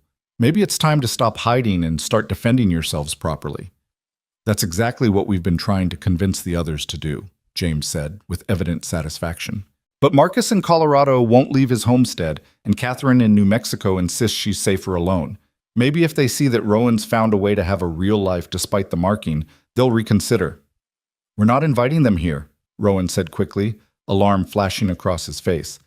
This ranch is Elena's home too, and I won't turn it into a fortress or a gathering place for people like you, Sarah interrupted gently. People who understand what you're carrying? Rowan, you've been alone with this for 6 years. Don't you think it might help to have others around who can teach you better control, who can warn you about the dangers you don't know exist yet? She's right, Elena said quietly, and Rowan turned to look at her with surprise. I know you've worked hard to build something here, to have a place that's safe and separate. But Rowan, these people are offering you knowledge and community. They're offering to help you become more than what the sect wanted you to be. That's worth considering, isn't it? Rowan looked torn, clearly wanting to maintain the life he'd built, but also hungry for the understanding and support Sarah and James represented. Before he could answer, one of Warren's deputies called out from where he'd been examining the perimeter of the property. Marshal, you need to see this! The group moved to where the deputy stood pointing at the ground near the fence line.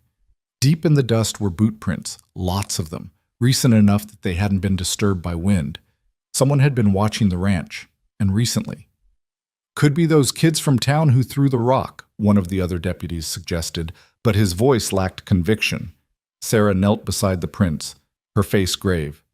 These are adult boot prints, and they're spaced wrong for casual observation. Whoever made these was watching the house for extended periods. And look here. She pointed to a disturbed area where someone had clearly knelt or crouched. This is a surveillance position. Professional, not pranksters. Castellan, James said grimly. He's been here watching, probably waiting for the right moment to make his move. Warren's hand went to his gun again, this time in genuine alarm rather than suspicion. You're saying there might be a dangerous cult member in the area right now? I'm saying we need to be careful, Sarah replied, standing and scanning the horizon. Castellan's smart and patient. He won't attack directly unless he's certain of success. But if he's been watching the ranch, he knows about Elena now. Knows she's a vulnerability he could exploit. Elena felt cold despite the afternoon heat. The thought of being watched by someone who saw her as nothing more than leverage to use against Rowan was deeply unsettling. Rowan moved closer to her, his protective instincts clearly overriding everything else. Then we need to find him before he makes his move, Rowan said, his voice hard with determination. Where would he hide?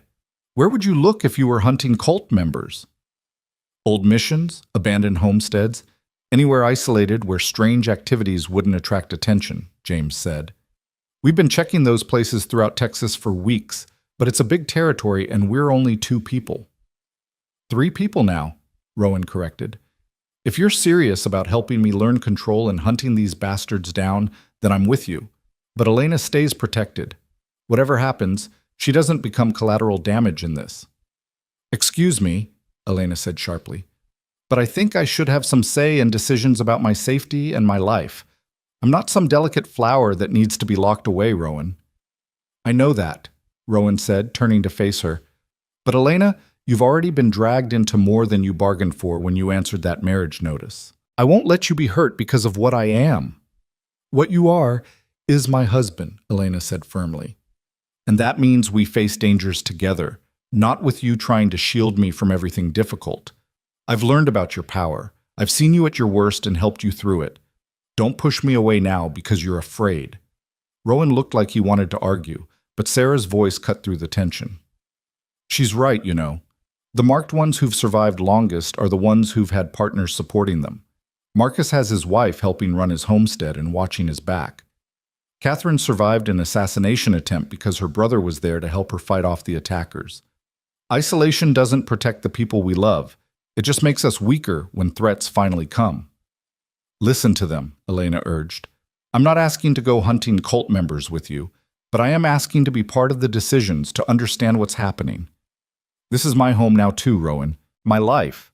Let me help protect it. Before Rowan could respond, Warren cleared his throat. Much as I hate to interrupt what's clearly an important domestic discussion, I need to finish my job here. Braddock, you're officially cleared of all charges. These two, he gestured at Sarah and James, seem to be legitimate, and their story checks out as much as any crazy story can check out. But I'm going to need statements from all of you for my report, and I'm stationing 2 of my deputies in Fort Winter for the next few weeks, just in case this Castellan character really is in the area.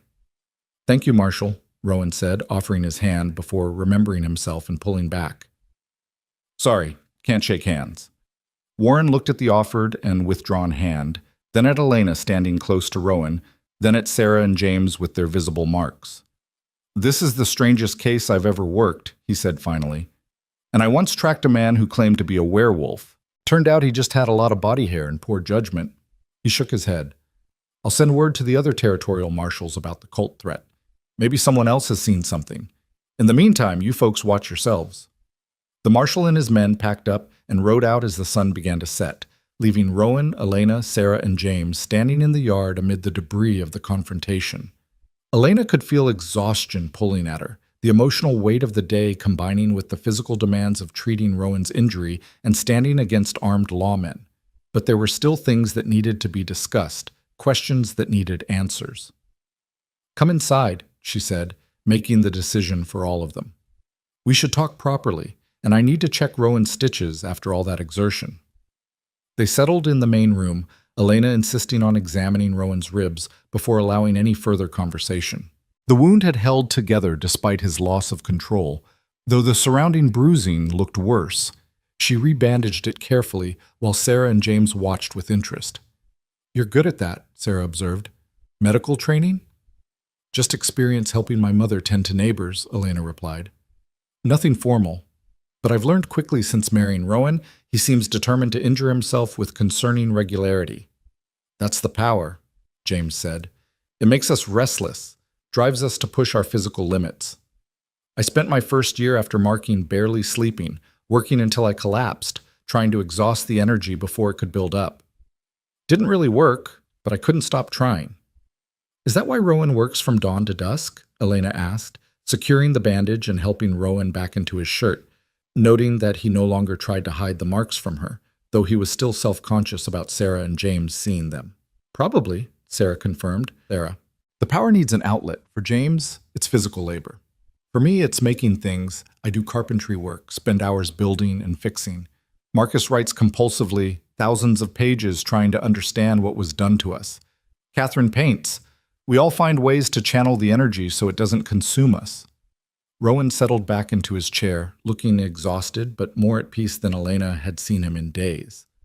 Tell me about control, he said to Sarah and James. Tell me what you've learned that I don't know. So they talked late into the night, Sarah and James sharing years of hard-won knowledge about the power that bound them. They explained how different emotional states triggered different manifestations, how anger made the power aggressive and violent, fear made it defensive and unpredictable, but calm focus could shape it into something almost useful. They taught Rowan meditation techniques that helped suppress the baseline hum of energy, breathing exercises that created a buffer between stimulus and response. The key is accepting that the power is part of you now, James explained. Not fighting it like an enemy, but acknowledging it like a limb you didn't have before. When you resist it constantly, when you try to pretend it doesn't exist, that's when it breaks through your control in dangerous ways. But if you acknowledge it, work with it, you can direct it instead of being directed by it. That sounds dangerous, Rowan said. Accepting this thing that was forced into me feels like surrendering to what they wanted. It's not surrender, Sarah corrected. It's reclaiming agency. They wanted us to be vessels, passive containers for their power. Learning to actively control and direct what they put in us, that's the opposite of what they intended. That's us becoming more than they ever planned for. Elena listened, absorbing information that should have been impossible but was undeniably real. She learned that storms triggered the power because lightning was essentially elemental electricity, and the marks responded to any form of raw energy. She learned that iron, suppressed and amplified simultaneously, contained the power while also causing it pain, which was why Rowan had lost control when Warren tried to put handcuffs on him. She learned that the marks couldn't be removed because they'd been carved too deep, integrated with nerves and blood vessels in ways that made them as fundamental as his heart or lungs. But they can be trained, James said. The marks respond to repeated patterns like muscle memory. If you practice controlled releases in safe environments, you can teach your body to default to control instead of chaos.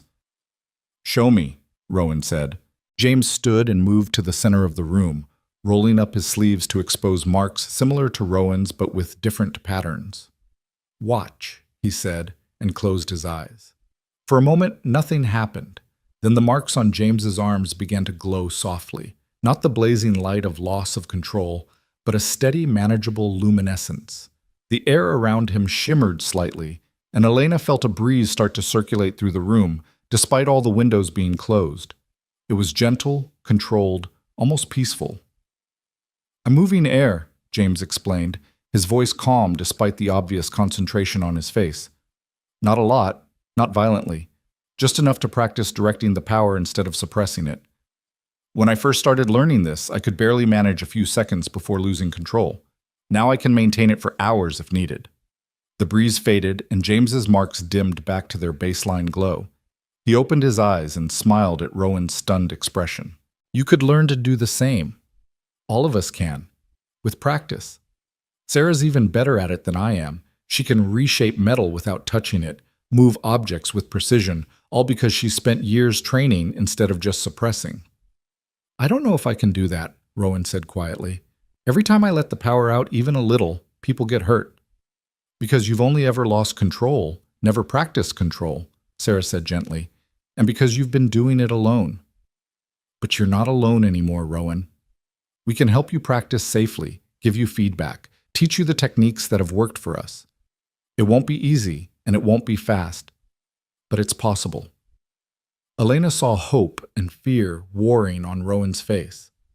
The possibility of mastering the power that had controlled him for 6 years was clearly tempting, but the risk of hurting someone during practice was equally terrifying.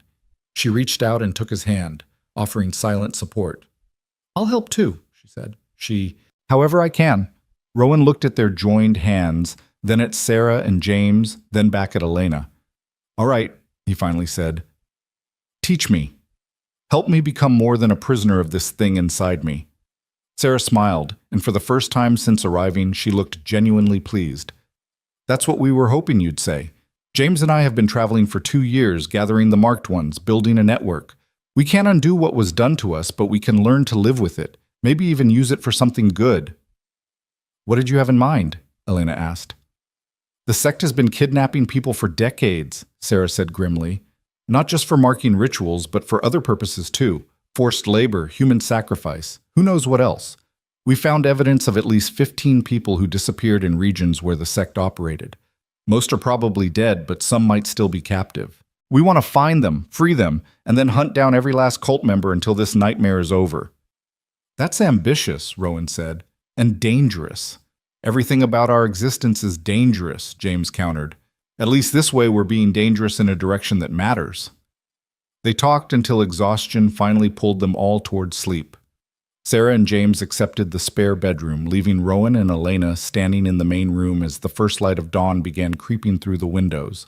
Neither of them had slept, and the emotional toll of the last 24 hours was written clearly on both their faces. "I can't believe this is real," Rowan said quietly, "that there are others like me, that there might be a way to actually control this instead of just surviving it." "Are you glad they came?" Elena asked.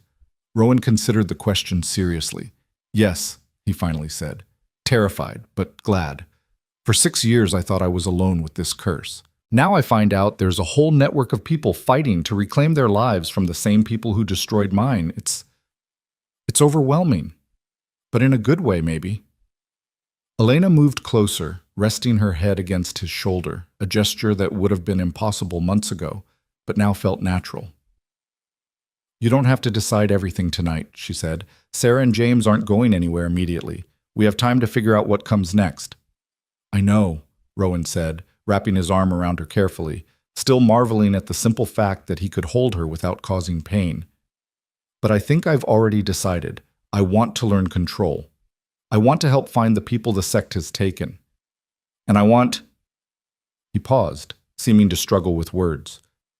I want to be worthy of what you've given me, Elena. The trust, the partnership, the fact that you can touch me when no one else can. I want to be someone you can be proud of. Elena pulled back slightly so she could look up at his face. I'm already proud of you, she said softly. You've survived things that would have broken most people. You've built a life despite impossible circumstances. And you've been kind to me when you had every reason to be bitter and closed off. That's more than enough, Rowan. Something in his expression shifted, becoming tender in a way that made Elena's heart skip.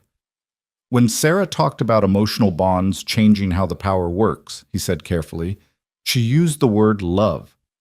And I realized that somewhere between you arriving desperate and terrified and now He stopped, took a breath, started again. I've fallen in love with you, Elena. I don't know when it happened exactly. Maybe when you stood between me and Warren's guns.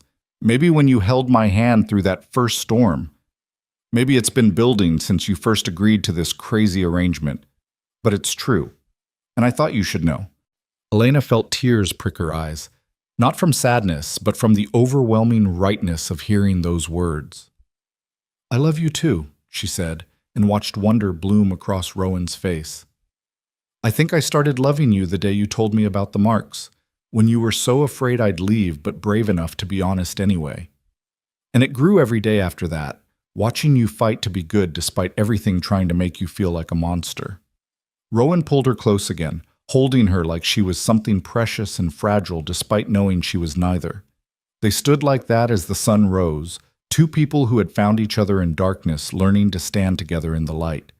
Outside, the ranch was waking up, birds singing, cattle lowing in distant pastures, the world continuing its eternal cycle.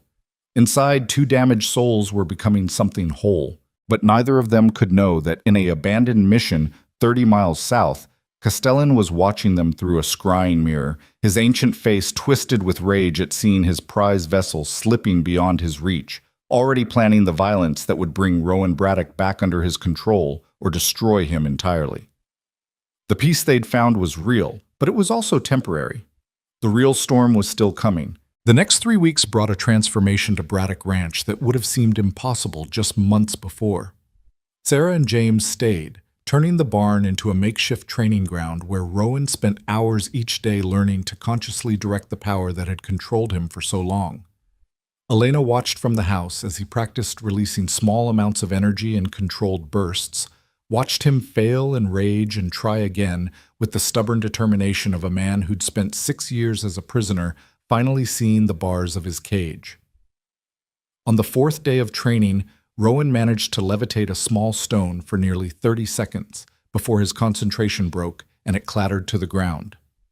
He'd looked at Elena with such joy and disbelief that she'd run to him and thrown her arms around him, both of them laughing like children who'd discovered something miraculous. It was a small victory, but it was his victory, proof that he could be more than a victim of the power inside him. Marcus arrived from Colorado on the 10th day, a quiet man with scholar's hands and eyes that had seen too much.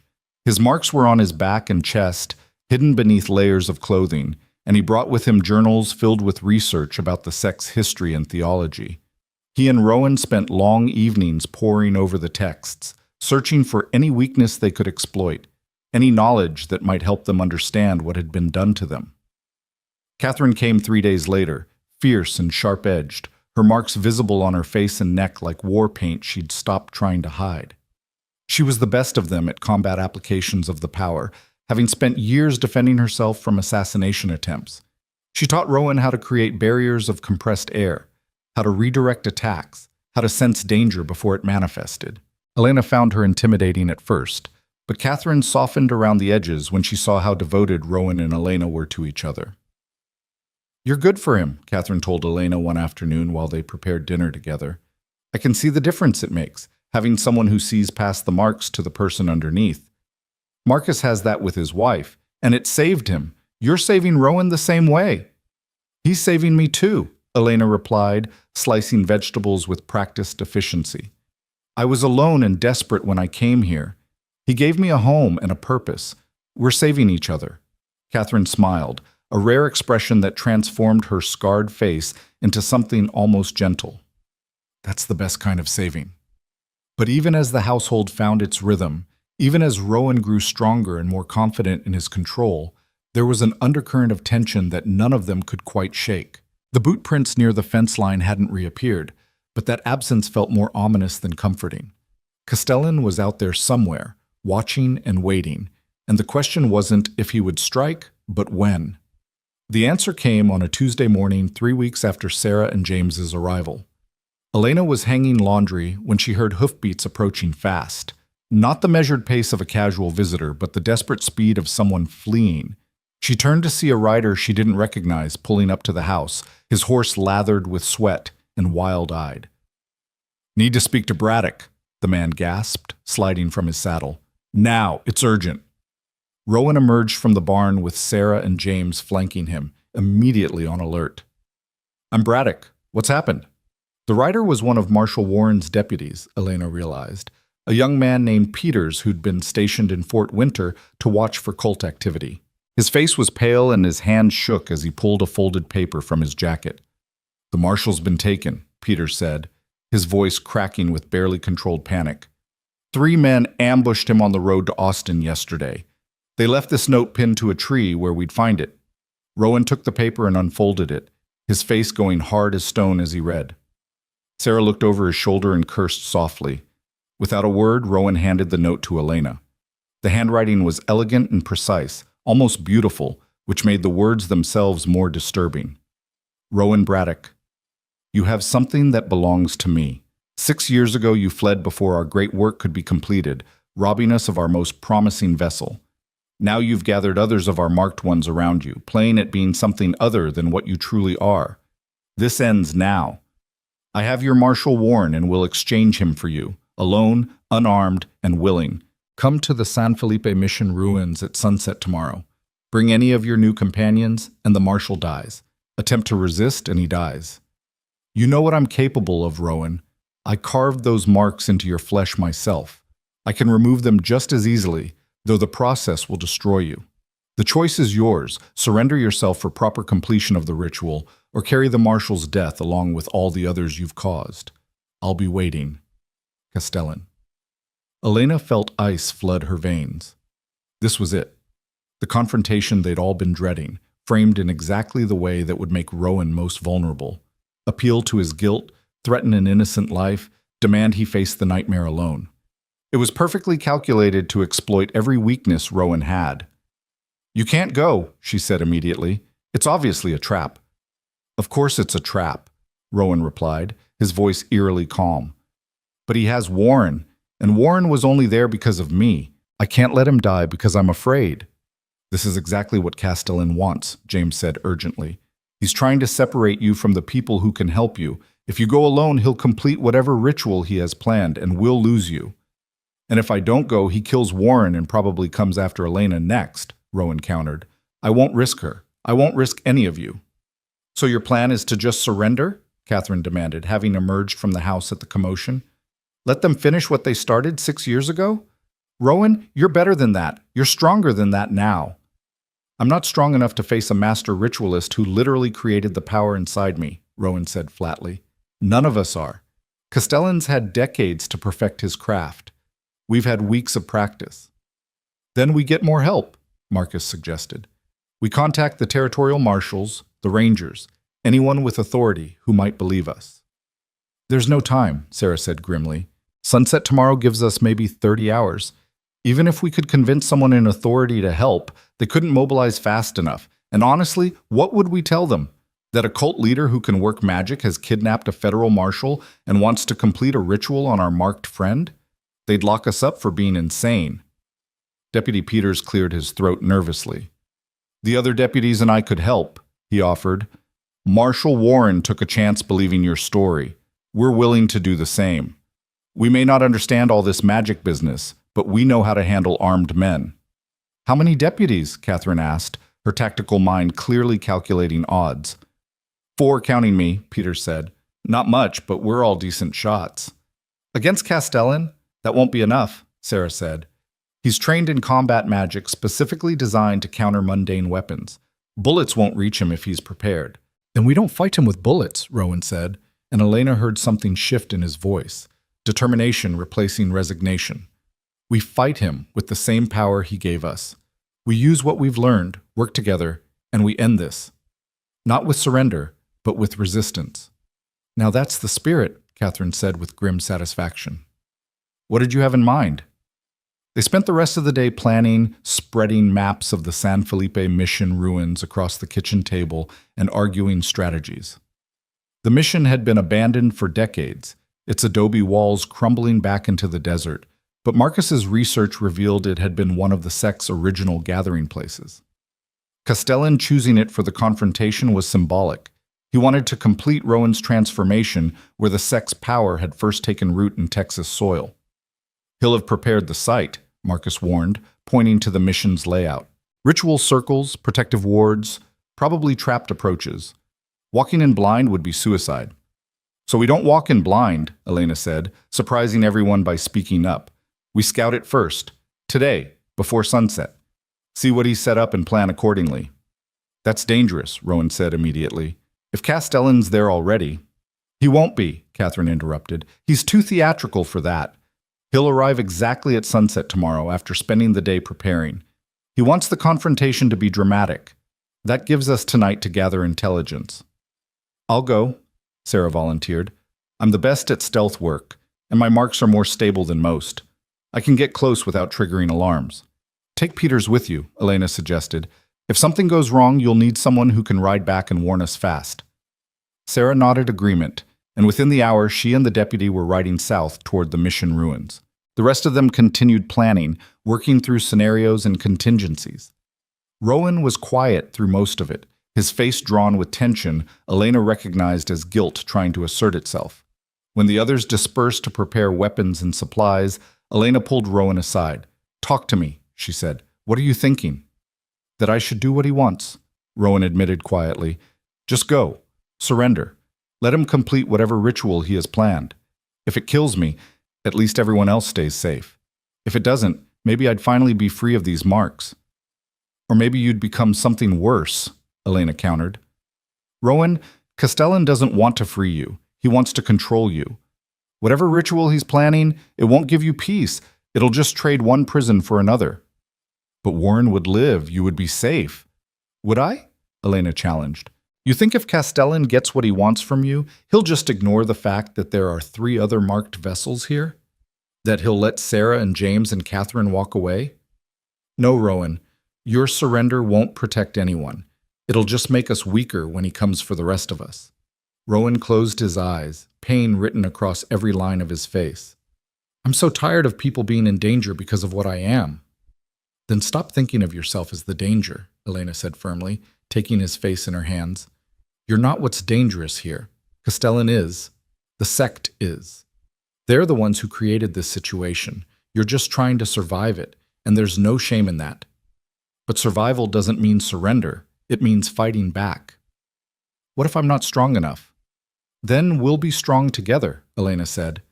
That's what love means, Rowan. We don't face the darkness alone. We face it together, and we trust that together we're stronger than we are apart. Rowan pulled her close, holding her with the desperate intensity of a man trying to memorize how it felt to be loved. If something happens to me tomorrow, nothing's going to happen to you, Elena interrupted, because I won't allow it. We've come too far and fought too hard to lose each other now. Sarah returned near midnight with valuable intelligence. The mission ruins were indeed prepared for ritual. She'd found chalk circles, candles positioned in specific patterns, and what looked like an altar stone in the center of the main chapel. More concerning, there were iron chains attached to the altar, sized appropriately for securing a person. Marshal Warren was being held in a cellar beneath the mission, guarded by two armed men who looked competent and alert. Castellan's not there yet, Sarah confirmed, but his preparations are thorough. Whatever he's planning requires significant setup, and he's clearly confident enough in his wards to leave the site unguarded overnight. That's arrogant, Catherine observed. And arrogance is a weakness we can exploit. They refined their plan through the early morning hours. The marked ones would approach from different directions, using their powers in concert to overwhelm Castellan's defenses. The deputies would extract Warren from the cellar while the confrontation happened in the chapel, getting him clear before things turned violent. Elena would stay back with Marcus, who was the weakest in direct combat but strongest in understanding the ritual magic. If he could disrupt Castellan's preparations, it might give the others the opening they needed. "I don't like you being anywhere near this," Rowan told Elena as dawn broke and they prepared to ride out. "I don't like you risking your life against a madman who thinks he owns you," Elena replied. "But here we are. We do what needs doing, Rowan. That's what partnership means." The ride to San Felipe mission took most of the day, giving them time to get into position before sunset. Elena and Marcus concealed themselves in the ruins of an old storage building that offered a clear view of the chapel while providing cover. The deputies circled around to approach the cellar from behind. Sarah, James, and Catherine spread out to form a triangle around the mission, close enough to support each other, but far enough apart that a single attack couldn't take all of them out simultaneously. Rowan positioned himself on the mission's front approach, clearly visible, the bait in the trap they were setting. The sun was touching the western horizon when Castellan arrived, and Elena's first thought was that he looked disappointingly normal. She'd expected a monster, someone whose evil was written plainly on their face. Instead, Castellan was a slender man of perhaps 60, with silver hair and the kind of ascetic features that might have belonged to a monk or scholar. He wore simple traveling clothes and carried no visible weapons, which somehow made him more frightening rather than less. "Rowan Braddock," Castellan called out, his voice cultured and almost warm. "I'm pleased you came. I wasn't certain you would." "Where's Warren?" Rowan demanded, staying at the edge of the chapel's entrance. "Safe for the moment. He'll be released once you've submitted to completing the ritual. I'm not a monster, Rowan. I don't kill unnecessarily." "Just when it serves your purposes," Rowan said bitterly, "like the 4 others who didn't survive your marking ritual. Like all the people your sect has murdered in the name of whatever insanity you believe." Castellan's expression flickered with something that might have been regret. "Sacrifices in service of divine transformation," he said. "You of all people should understand. You've felt the power inside you, its magnificence, its potential. What I did to you was a gift, Rowan. I made you more than human. Why do you persist in seeing it as a curse?" "Because it was forced on me," Rowan said, his voice shaking with controlled fury. "Because you carved those marks into my flesh while I screamed and begged you to stop. Because you murdered my friends and bound me to power I never wanted. That's not a gift, Castellan. That's torture dressed up in religious nonsense." "You lack vision," Castellan said, almost sadly. "But that will change. Once the ritual is complete, once the elemental gods fully manifest through you, you'll understand. You'll thank me for elevating you beyond the limitations of mortality." "I'll die first," Rowan said flatly. "That's certainly possible," Castellan acknowledged. "The completion ritual has a 60% fatality rate. But if you survive, you'll become something magnificent, a true vessel for divine power, not this half-finished thing you currently are. Isn't that worth the risk?" "Not even slightly," Rowan replied. "And I'm not here to surrender. I'm here to end you." Castellan's expression hardened. "Then you've doomed Marshal Warren and proven yourself a fool. I'd hoped for willing cooperation, but I can work with unconscious just as easily." He made a gesture with his left hand, and the air around Rowan suddenly compressed like an invisible vice. Elena watched in horror as Rowan dropped to his knees, gasping for breath as Castellan's power crushed down on him. But before Castellan could complete whatever attack he'd begun, Sarah struck from her concealed position. Lightning, actual lightning, drawn down from the clear sky above, cracked into the ground between Castellan and Rowan, breaking his concentration. The old man stumbled back, his face registering shock that quickly transformed into rage. "You brought them," he snarled, scanning the ruins for threats. You brought the other marked ones. Foolish boy. Do you really think your weeks of practice are any match for my decades of mastery? Let's find out, Catherine said, emerging from behind a crumbling wall. Her marks blazed with silver fire as she thrust both hands forward, and a wave of concussive force slammed into Castellan, hard enough to knock him off his feet.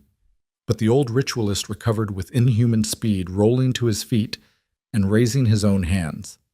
The chalk circles around the chapel began to glow, and Elena realized with horror that Castellan had prepared more than just a ritual space.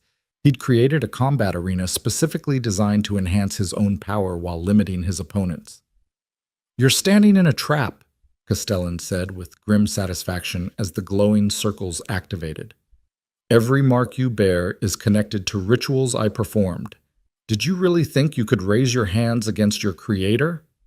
The four marked vessels suddenly cried out in unison as their own power turned against them. The silver marks on their bodies blazed painfully bright, and Elena could see them struggling to maintain control as Castellan's prepared magic forced their internal energy into chaos. It was the same loss of control Rowan experienced during storms, but weaponized and directed by someone who understood exactly how to exploit the vulnerability.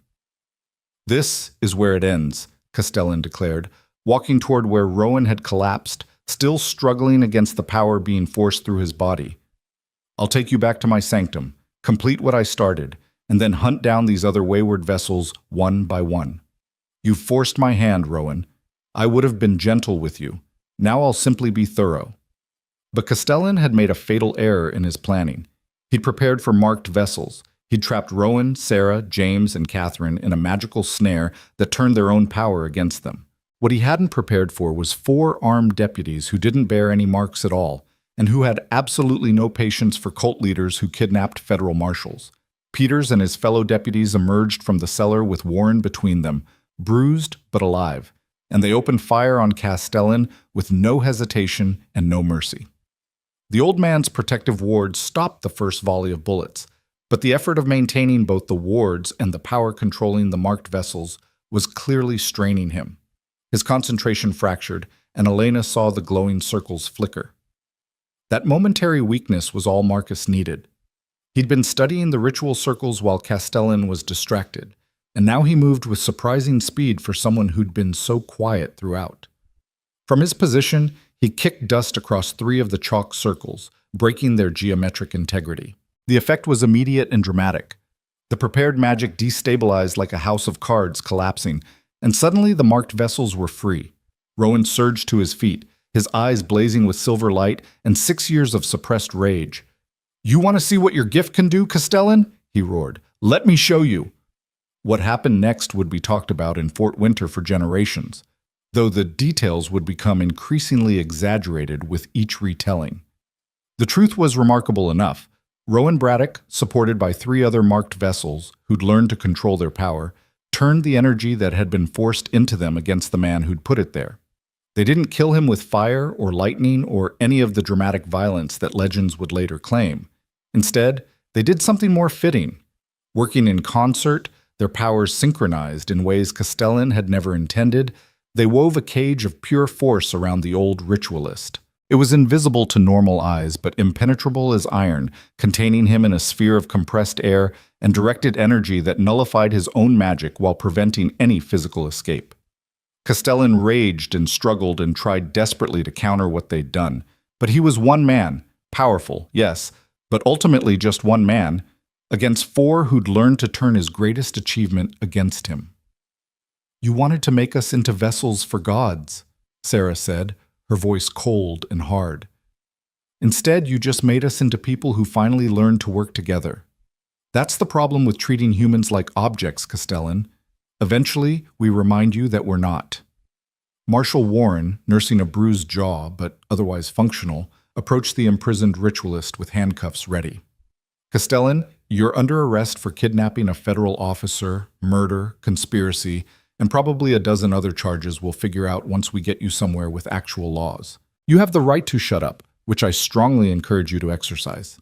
The deputies secured Castellan, the iron handcuffs causing him visible pain but no longer able to trigger the kind of reaction they'd caused Rowan, and began the process of searching the mission for evidence. What they found in the cellar beneath the chapel would eventually lead to the prosecution of 17 people connected to the sect and the rescue of 6 individuals who'd been held captive for various horrific purposes. But in that moment, as the sun finally dipped below the horizon and the mission ruins fell into shadow, Elena ran to Rowan and threw her arms around him. He caught her and held on like she was the only solid thing in a world that had just fundamentally shifted beneath his feet. "It's over," she said, tears streaming down her face. "It's finally over." "Not quite," Rowan replied, but his voice held something she'd never heard before. Hope. Real and substantial. Not just the desperate kind, but the kind that believed in actual futures. Castellan's captured, but his knowledge isn't gone. Marcus thinks he can use the man's notes to develop a ritual that might stabilize our marks permanently, remove the worst of the side effects without killing us. It could take years of research, but it's possible. "Then we have years," Elena said firmly. "We have time, we have each other, and we have a home to go back to. That's more than either of us had 6 months ago." They rode back to Braddock Ranch in the early morning hours, exhausted but victorious. Marshal Warren, suffering a concussion and various bruises but in decent spirits considering, rode with them. The deputies had stayed behind to secure the mission and wait for additional law enforcement to arrive. But Warren had insisted on accompanying Rowan's group back personally. "I owe you folks an apology," the marshal said as they rode through the pre-dawn darkness. "When I first came to arrest you, Braddock, I thought I was dealing with a murderer who'd gotten away with it for too long. Turns out I was dealing with victims trying to survive. I should have seen that sooner." "You saw it when it mattered," Rowan replied. "That's what counts." "Still, I misjudged the situation badly, and I owe my life to you and your friends being willing to risk yourselves for someone who'd come to take you into custody. That's not something I'll forget." The ranch appeared on the horizon as the sun rose, and Elena felt something in her chest ease at the sight of home. That's what it had become over these months, not just shelter or safety, but genuinely home.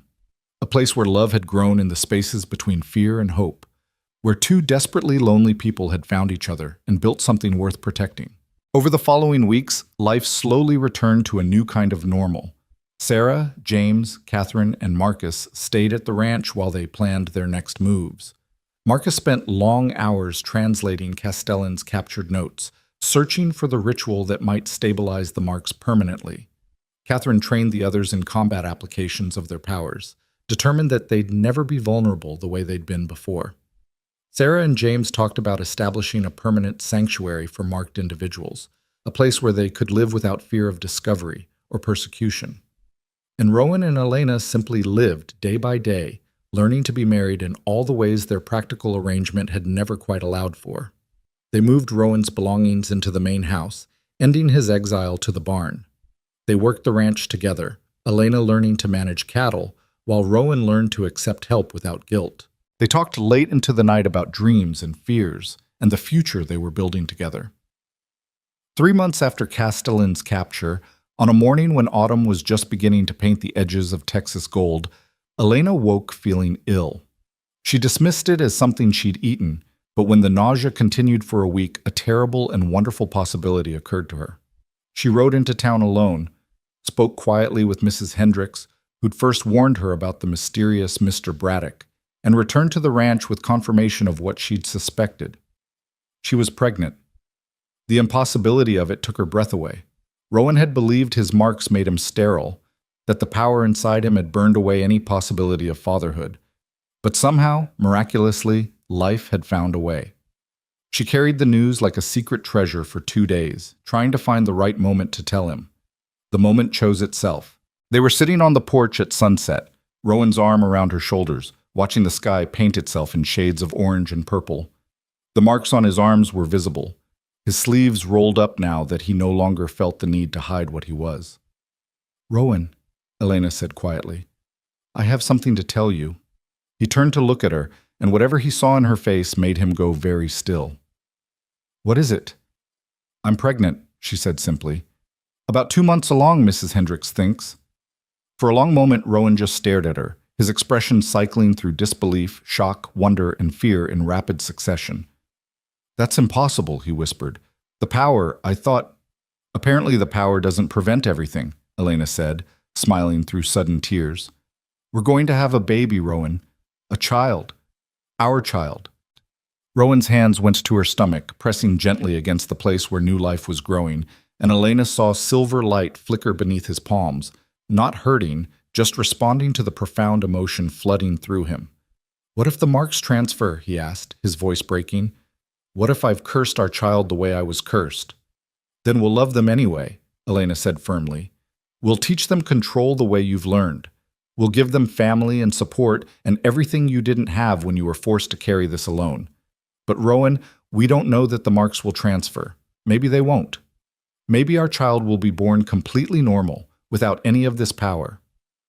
Or maybe, Sarah's voice said from the doorway, she'd clearly been eavesdropping, your child will be born with marks, but without pain. Born adapted to the power instead of having it forced in. That's Marcus's theory anyway. That children conceived after the marks have fully integrated might carry the power naturally, like an inheritance instead of a curse. Rowan looked up at Sarah, then at Elena, then back down at where his hands rested on her stomach. Slowly, wonderingly, he smiled, a real smile, full of joy and hope, and something that looked like the beginning of healing. A baby, he said, testing the word. We're going to have a baby. We are, Elena confirmed. Are you ready for that? Rowan laughed, the sound bright and genuine and free of the darkness that had shadowed it for so long.